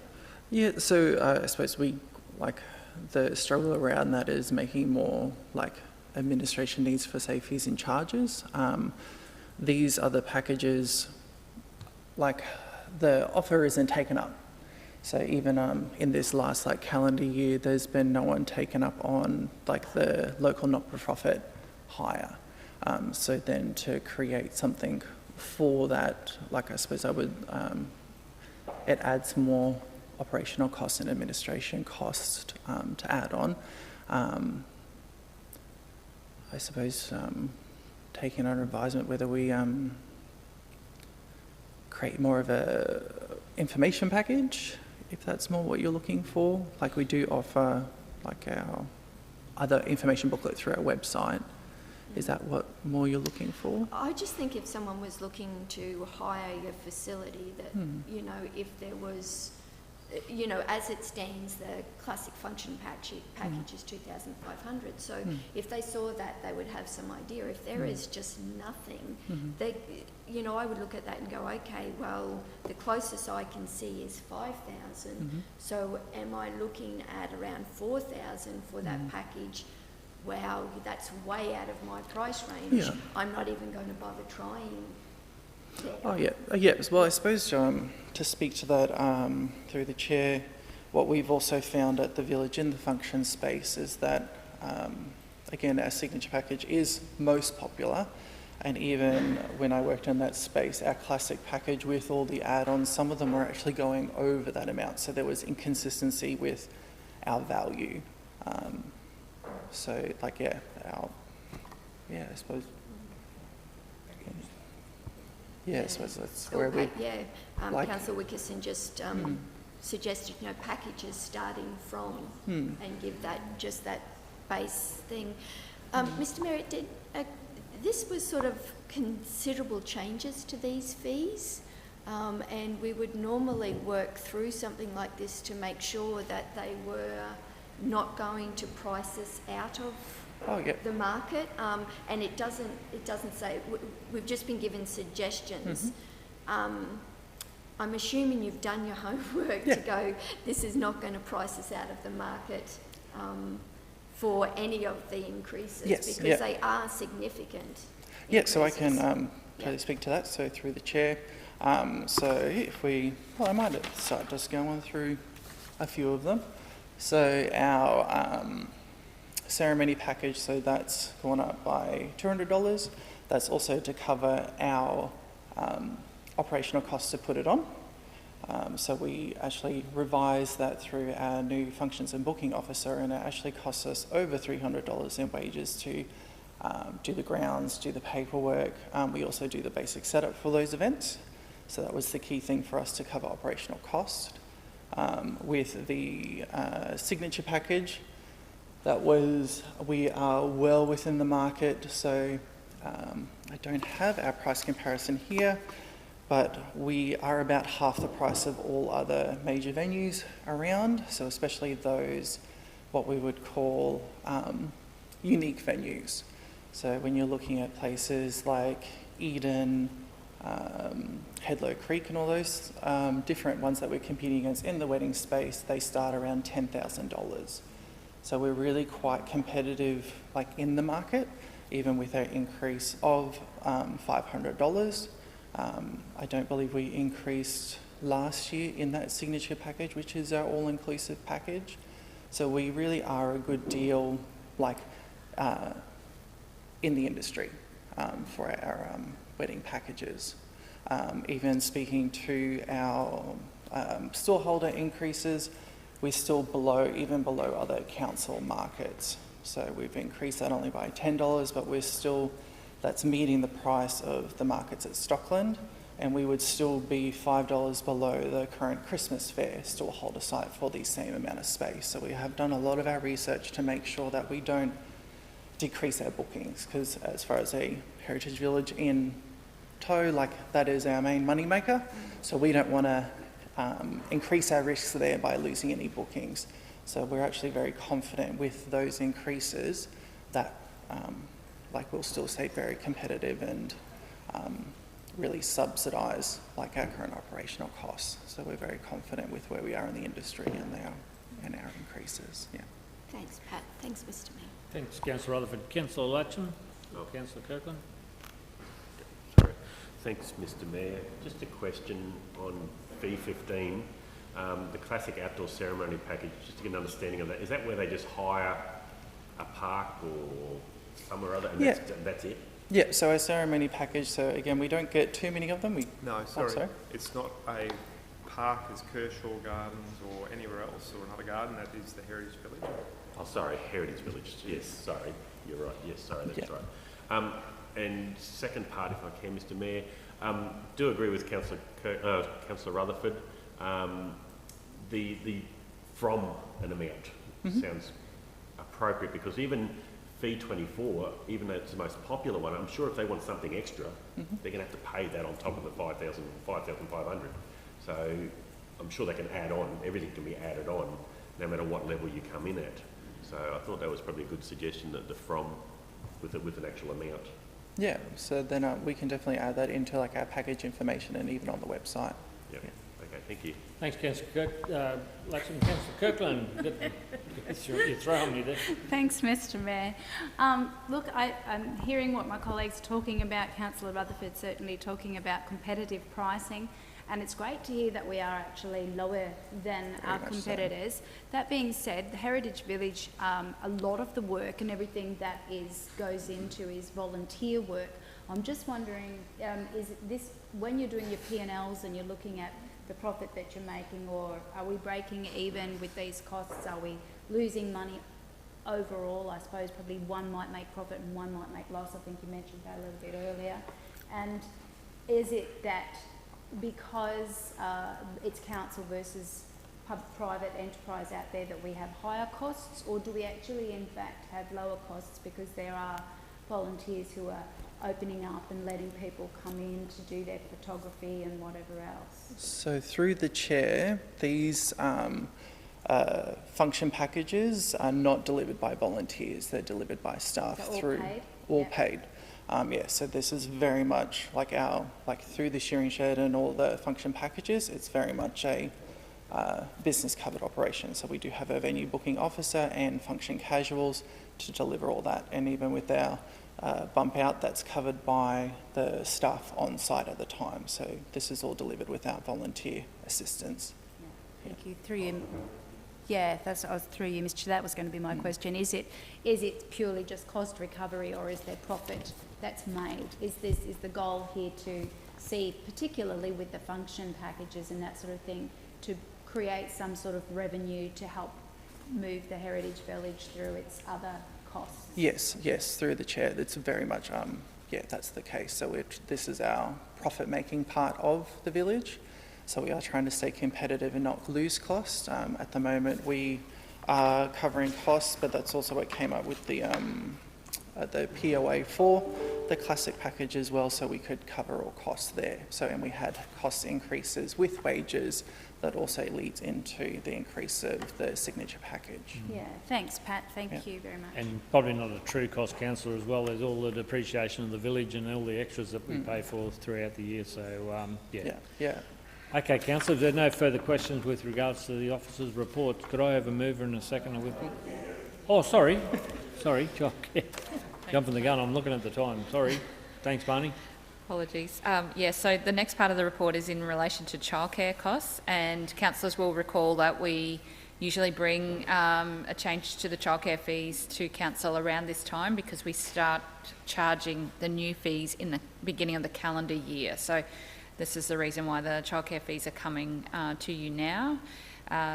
So just to clarify, council, in the report you will note that when we adopted our fees and charges in May, we actually had already adopted the fees and charges for childcare at a higher rate, and in error they were presented in the fees and charges adopted in May at the lower rate prior to January's commencement of the new fees, but we have actually been charging our clients at the childcare the higher fee of the that was adopted in December last year.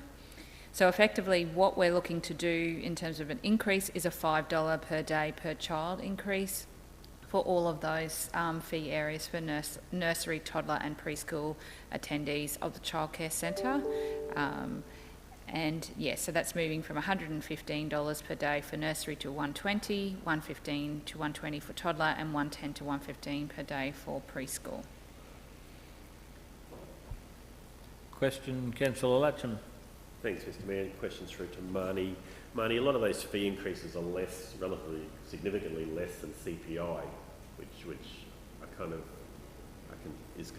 I'm concerned about because obviously it's not meeting the costs of other costs that go with providing these service. My question is, how do these fees compare to any other childcare in Rockhampton region?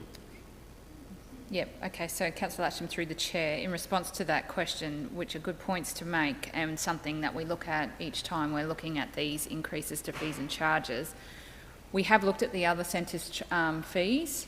Unfortunately, because they're in the current year, we don't know what their future charging regime will be. They're above ours, but in a lot of cases they're actually charging for food or nappies in those centres. So it does make the comparison slightly more difficult. And yes, we are not covering, with the fee increase that we're making here, that $5 a day, it's not covering all of our costs, so we will not cover the costs of operating the facility through wages. That's just the operating costs. I'm not talking about building maintenance or anything like that. Councillors will remember that we don't incur those costs to the centre. That's covered through our communities, assets and facilities area. So yeah, so in terms of the childcare fees, the $5 a day will not cover the overall cost of operating the facility at this point in time. Mr Mayor, second question, continuing on that line, was is there a childcare centre or many childcare centres that are comparable apples with apples, where they don't provide the food, they only provide what we have, and then how do those fees compare then? Yeah, not really, Councillor Latcham, no. So we haven't identified. And again, because of the timing, we're setting our fees now. They'll set theirs, release them in the beginning of the calendar year. We don't have perspective in that. The other option would be for us to look at our fees again as a subsequent increase through somewhere next year, potentially halfway through the year. Think about passing on a further increase to our clients in the facility. I know we're about providing a service, but I didn't think we're there to subsidise in competition to the other childcare providers, so I would have thought in a level playing field where we're all charging the same amount would be a fair offering, but we'll see where that lands. Thank you. Okay, thanks. Thanks, Councillor Latcham. Thanks, Marnie. Okay, so continuing on, the other fees or the changes that we have identified here, we've gathered as a group in terms of the Rockhampton Museum of Art and Community Centre bookings in terms of Customs House, and we did have a fee in the rear of Customs House for the courtyard area, which was a booking fee of about $1,700 as adopted in our fees and charges for this year. Since having that joint discussion between all of the parties, we've identified that we'll bring that fee down to $500 per event to bring it into line with the existing fees for Customs House to make that more equitable across that usage, and we're also changing the way that we'll manage the booking of that area, which will also revert back to the bookings team within customer service in liaison with Rockhampton Museum of Art staff. So just some fixing up of, I guess, the governance around how that space is utilised and booked moving forward. And then finally, there's a development assessment, just a change in the wording that was proposed. So due to the changes in the flood mapping overlay, additional wording is proposed to be included in fee 358, request for superseded planning scheme applications, stating fee not applicable for requests to apply version 2.2 to reconfiguring a lot applications in relation to the flood hazard overlay. So that's just confirming the change to the wording in that fee. If there are no other questions, I recommend that these be approved or adopted by council. Thanks. Okay, thanks very much, Marnie. Councillors, any further questions to Marnie on her report? If not, could I have a mover and a seconder? Regards, move Councillor Wickerson, seconded Deputy Mayor Councillor Fisher. We'll put that. Those in favour? Those opposed? Motion's carried unanimously. Thank you, councillors. Councillor, I might move that we take a recess for 15 minutes. Seek a seconder. Councillor Fisher. Councillor Smith, I should have said. No, Councillor Fisher. Put that. Those in favour? Those opposed? Motion's carried. We'll come back in 15 minutes, councillors. Thank you. Thank you, Mr. Mayor. Let's go adventure in the deep blue sea. Home is with you wherever that may be. Home is with you wherever that may be.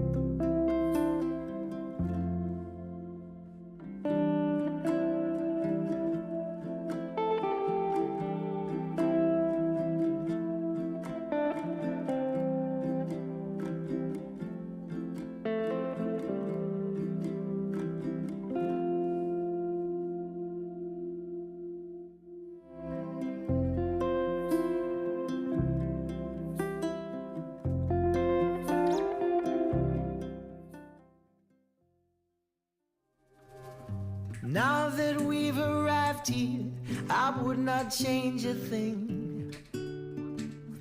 Knew that we'd survive here and all the goodness we would bring.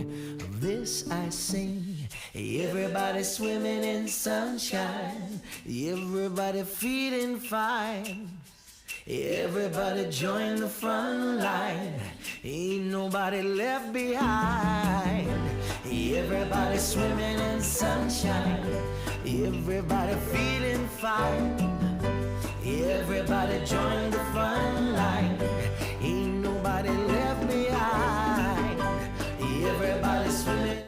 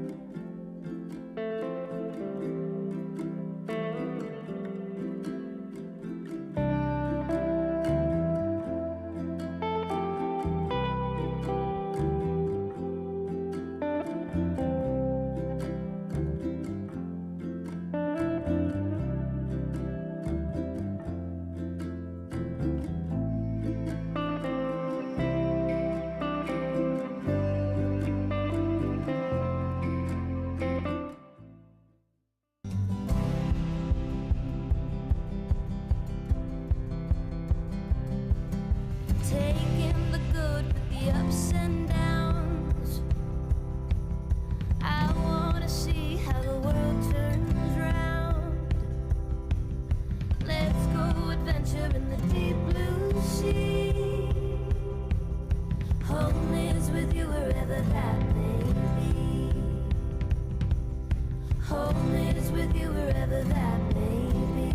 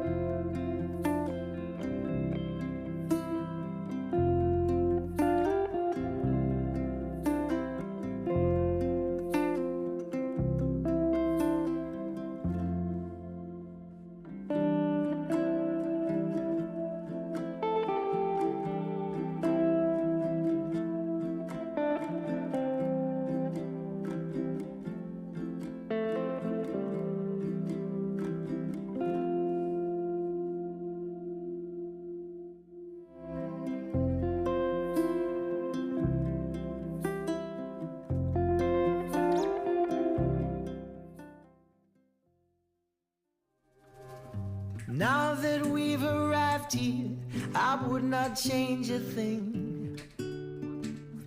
Knew that we'd survive here and all the goodness we would bring. Of this I sing. Everybody swimming in sunshine, everybody feeling fine. Everybody join the front line, ain't nobody left behind. Everybody swimming in sunshine, everybody feeling fine. Everybody join the front line, ain't nobody left behind. Everybody swimming.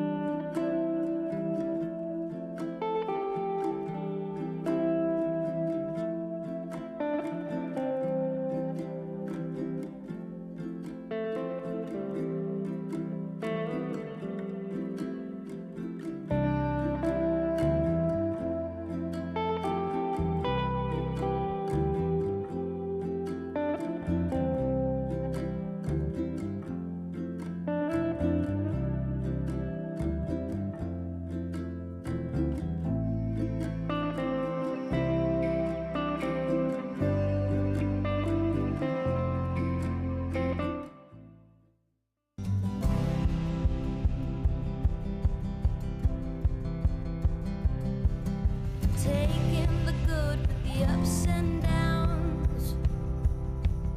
I wanna see how the world turns round. Let's go adventure in the deep blue sea.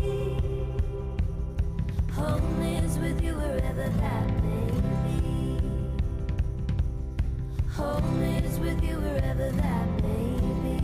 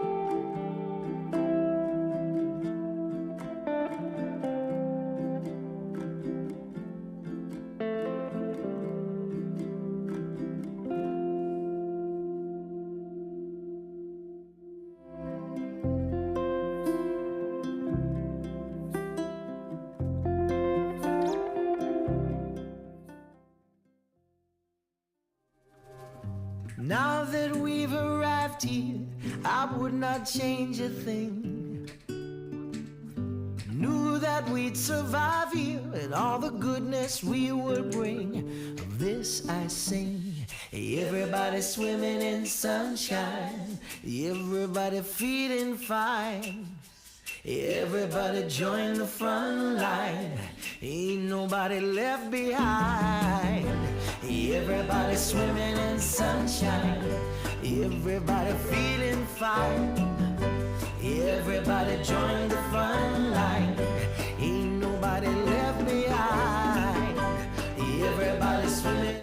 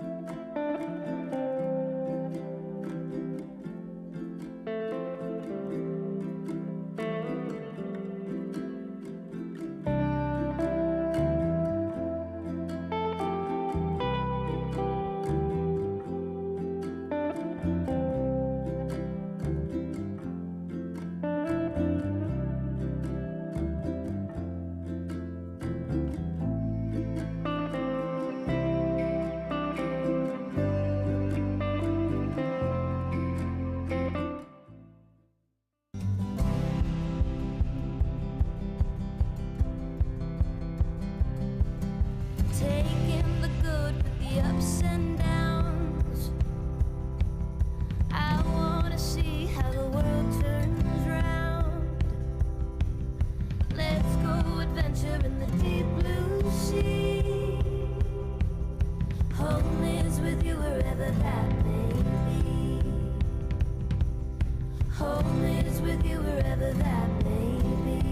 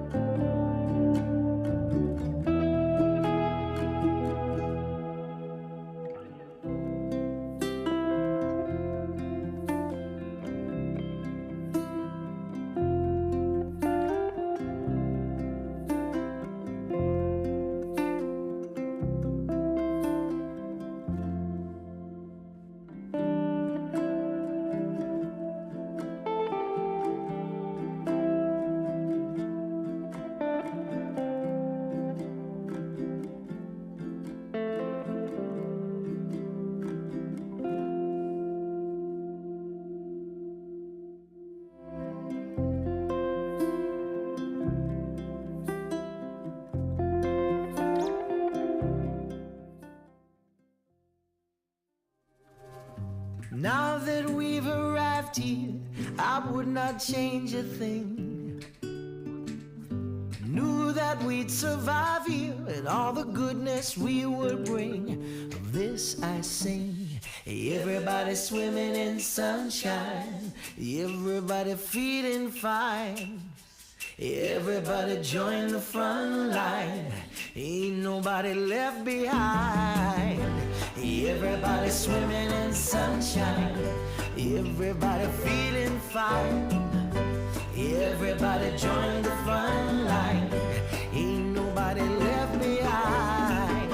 Everybody swimming.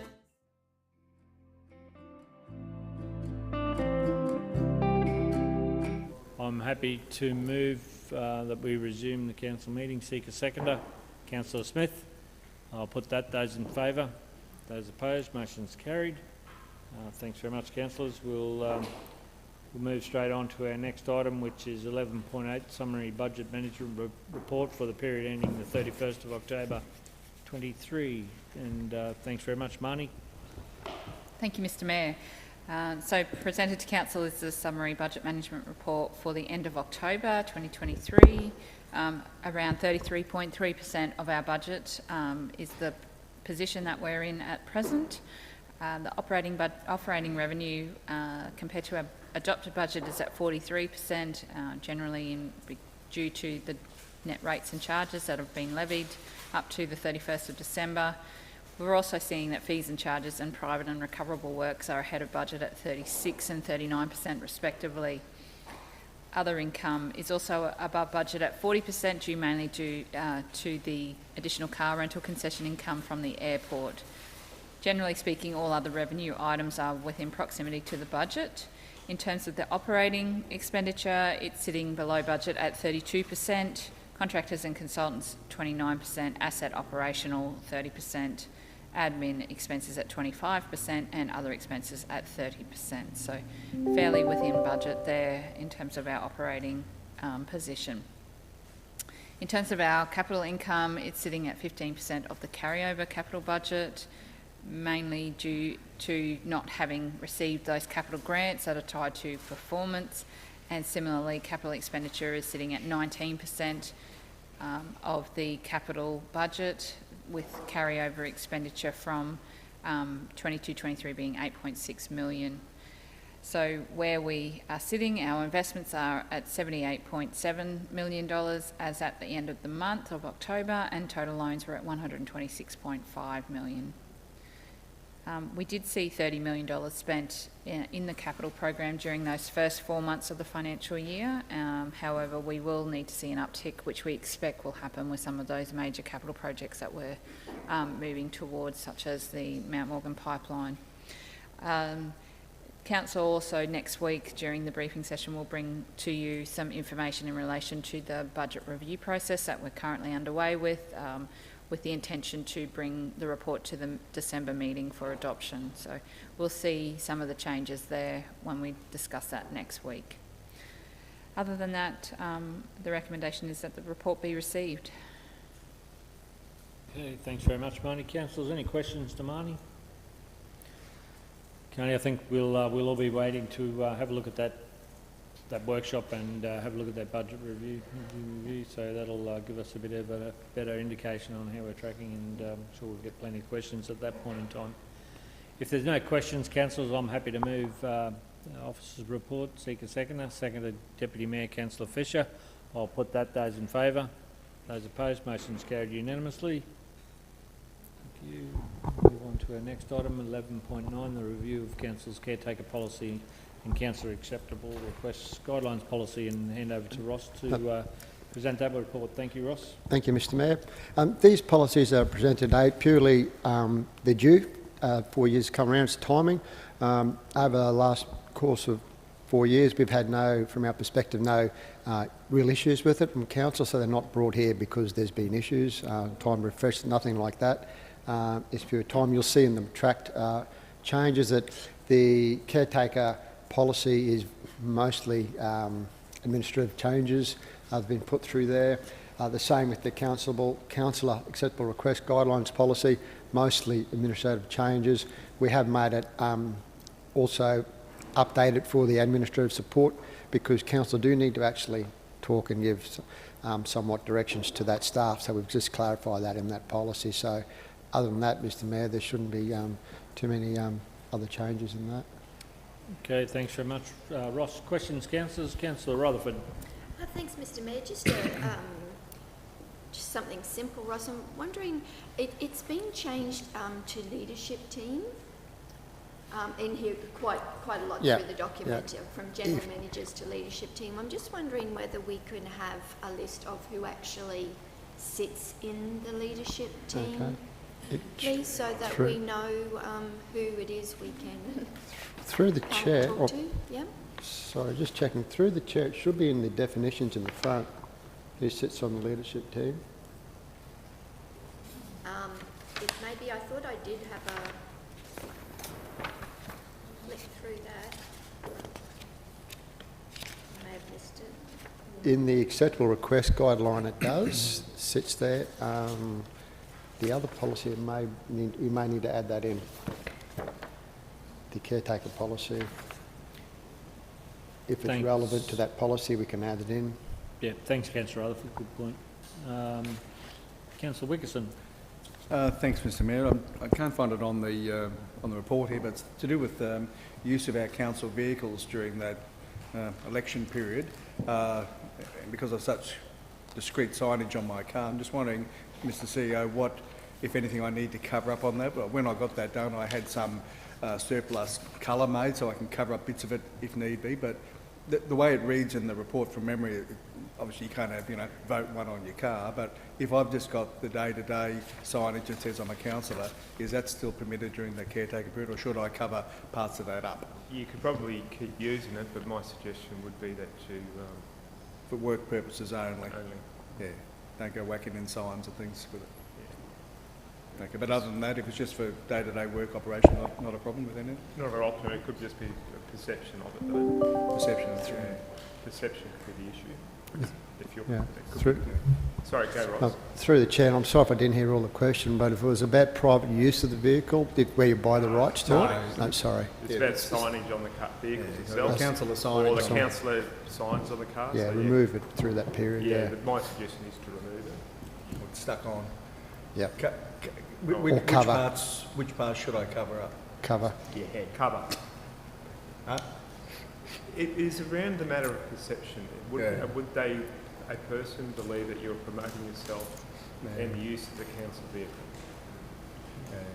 And that's the perception stuff. But if it was just for like the normal work duties, obviously not just cruising around for the sake of it, but or cover it all up. Through. My suggestion. I'll have a chat offline. Yeah. Okay. Done. A few more lights there. Councillor Mathers, Deputy Mayor, and then Councillor Smith. Thanks very much. To the CEO, if that's right, I just figured since we were just talking about that, you just mentioned there just, for the vehicles to only be used for council use. Does that mean we shouldn't be using them for private use at all? Sorry, Ross, you want to say? Ross?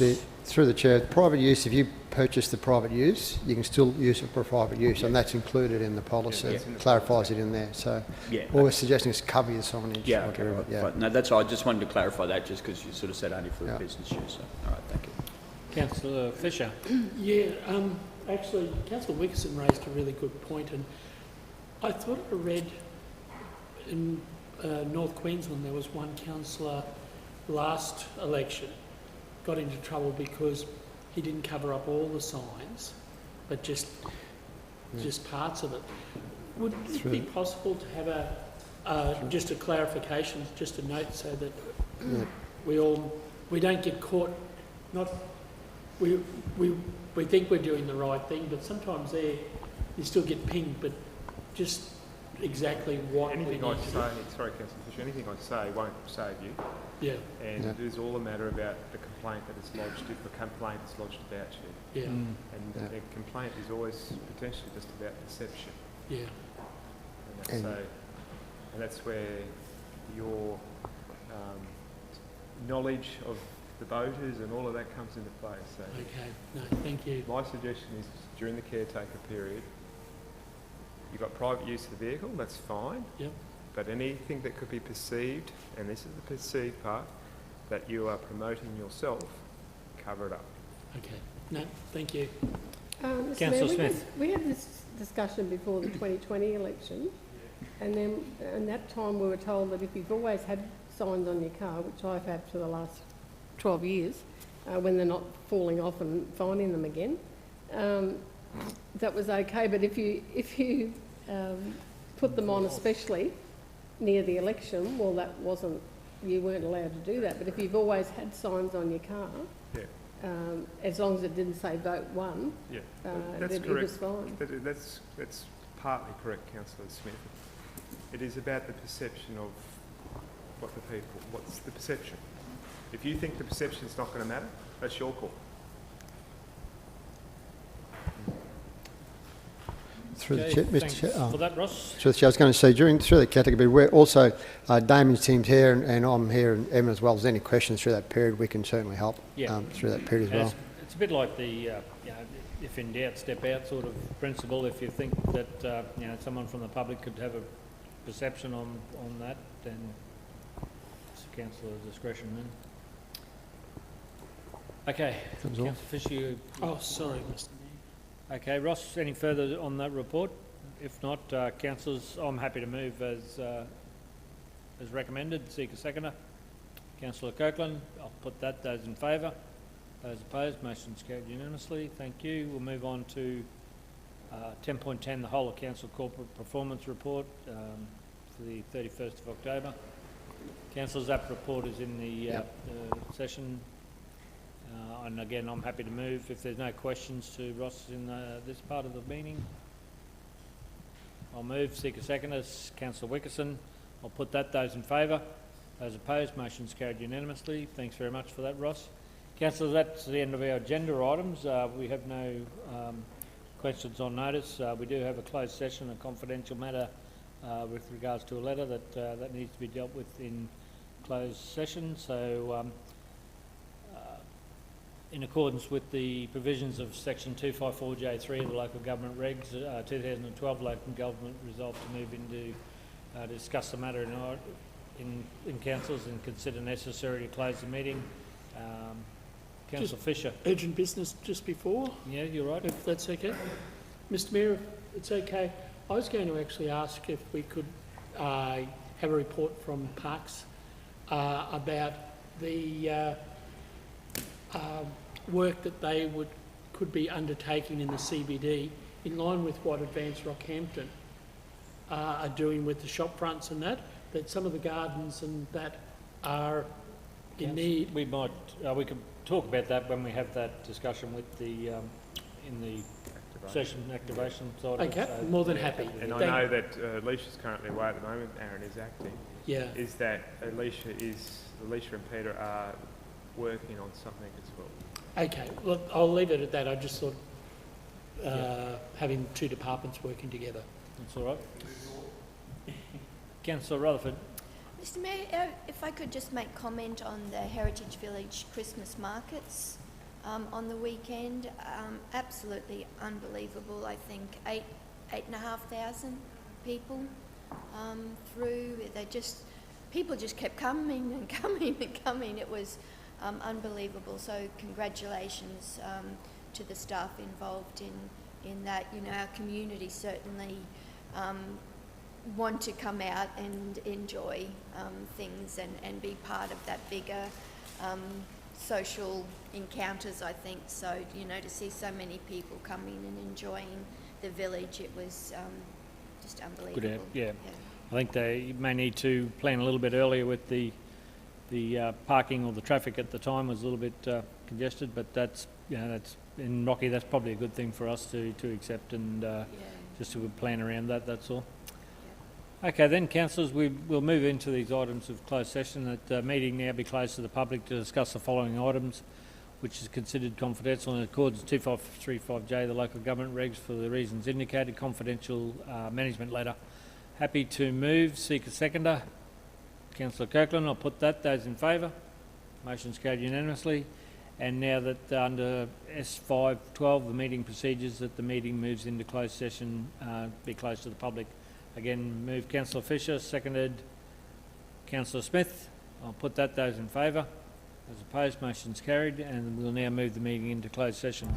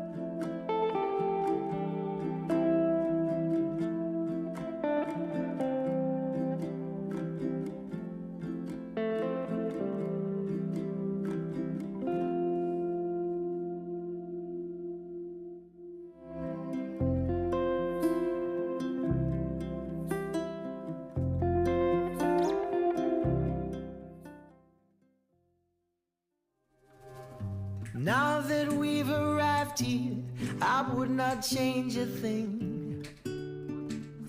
Knew that we'd survive here and all the goodness we would bring. Of this I sing. Everybody swimming in sunshine, everybody feeling fine. Everybody join the front line, ain't nobody left behind. Everybody swimming in sunshine, everybody feeling fine. Everybody join the front line, ain't nobody left behind. Everybody swimming.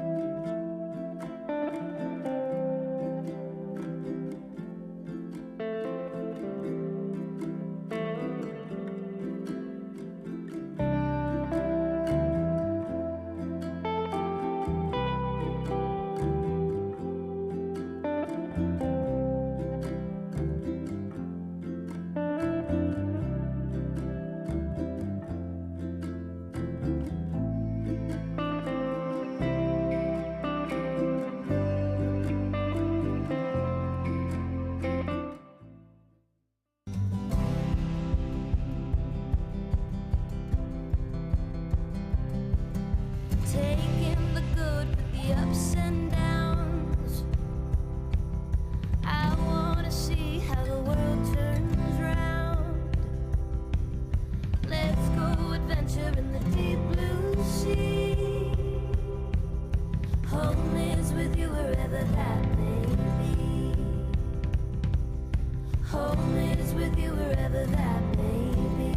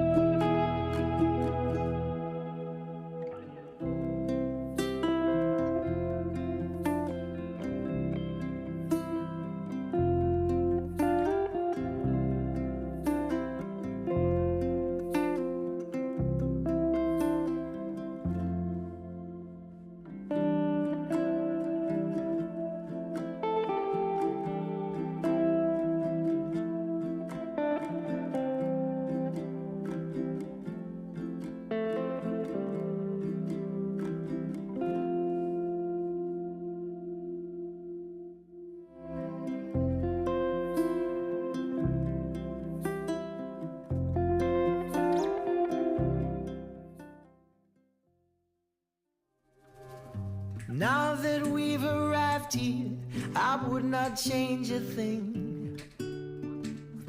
Knew that we'd survive here and all the goodness we would bring. Of this I sing. Everybody swimming in sunshine, everybody feeling fine. Everybody join the front line, ain't nobody left behind. Everybody swimming in sunshine, everybody feeling fine. Everybody join the front line, ain't nobody left behind. Everybody swimming.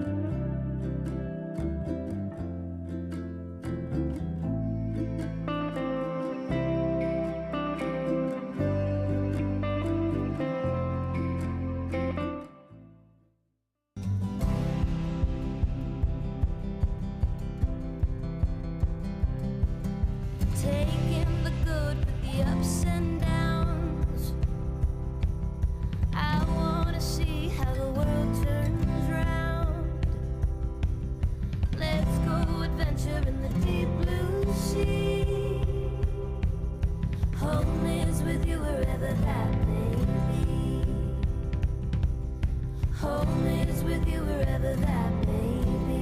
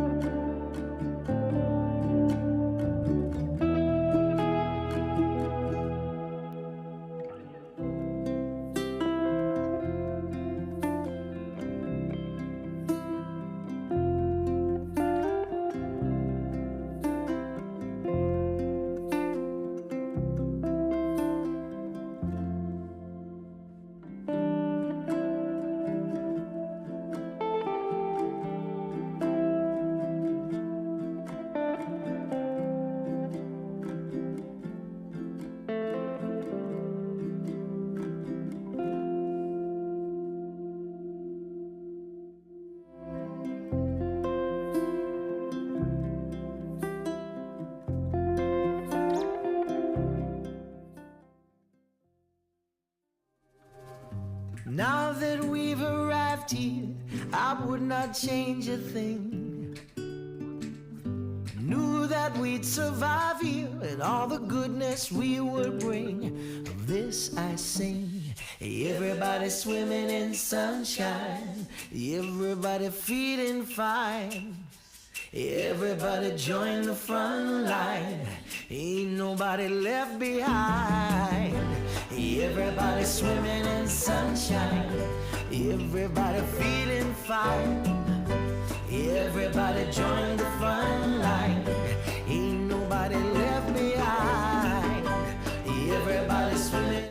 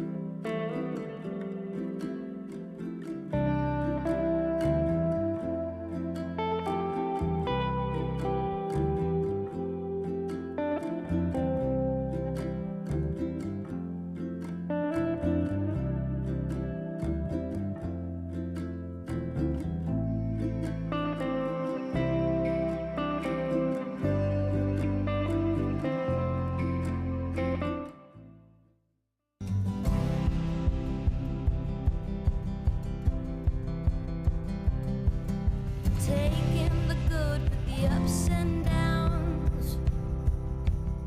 I wanna see how the world turns round. Let's go adventure in the deep blue sea. Home is with you wherever that may be. Home is with you wherever that may be.